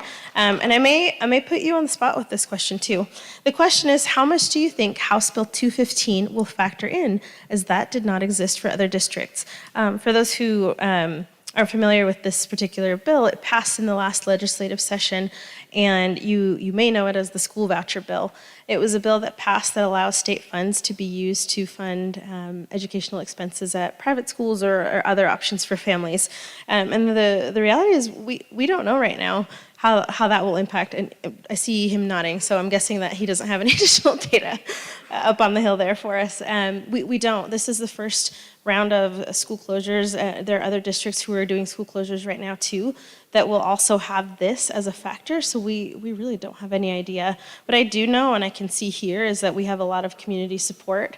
As I've heard Dr. Grant, who is our new superintendent, speak to community members, I know she's felt the support of the community, and that is one of the strengths of our district. So we're hopeful that as we continue to build our programs, invest in our schools, that these students will choose to stay here in spite of House Bill 215. Thanks for letting me call you out there, Senator Bluin. All right, we're down to three questions. Okay, the next one. If there are really going to be multiple options, don't you think as a public, we should have a look and say before a vote is made? Without public eyes, it will never be accepted. And this was one that was covered earlier. Dr. Grant did express that the public will have a chance to hear that recommendation, including school boundary changes, including possible closures, including possible relocation of any special district programs. That is something that members of the public will be able to look at before a board vote and before the public hearing. So, thank you. Two more. One major complaint of phase 1, and so far phase 2, we are not seeing data, and when we do, it's wrong. Please consider early pleas of transparency. These meetings are not the transparency we are looking for. We spoke in an earlier question about the mistake on the data from a slide in a PowerPoint at board meeting last Tuesday. When there are things like that, we take ownership of them and we share the correct information. Human error happens, and we feel that we've done that, and we are considering those pleas. So again, we are sharing information on the district website. Other than that mistake, I'm not aware of anything else that has been incorrect. Maybe we can talk offline about that later, Jen. The next question, this is our last one. Can we get an update with the data that is being analyzed? I think this would be helpful to avoid surprises and allow us to correct mistakes like those made in phase 1. So I think we've touched on that one too, that we do intend to share data with the public that was used in making, in shaping recommendations that the board will hear in, I can't even count the number of weeks. And on our website, as we review and analyze data, we are posting and sharing that information. Anything else to add from the team, since this is our last question? Nope. Okay. Thank you again for being here tonight, for being patient with us through all those questions. I think this is the meeting at which we've had the most questions, so thank you for participating, for being engaged. And if you have questions that require some one-on-one follow-up, we'll be up here in the front. Thank you. Thank you for coming tonight.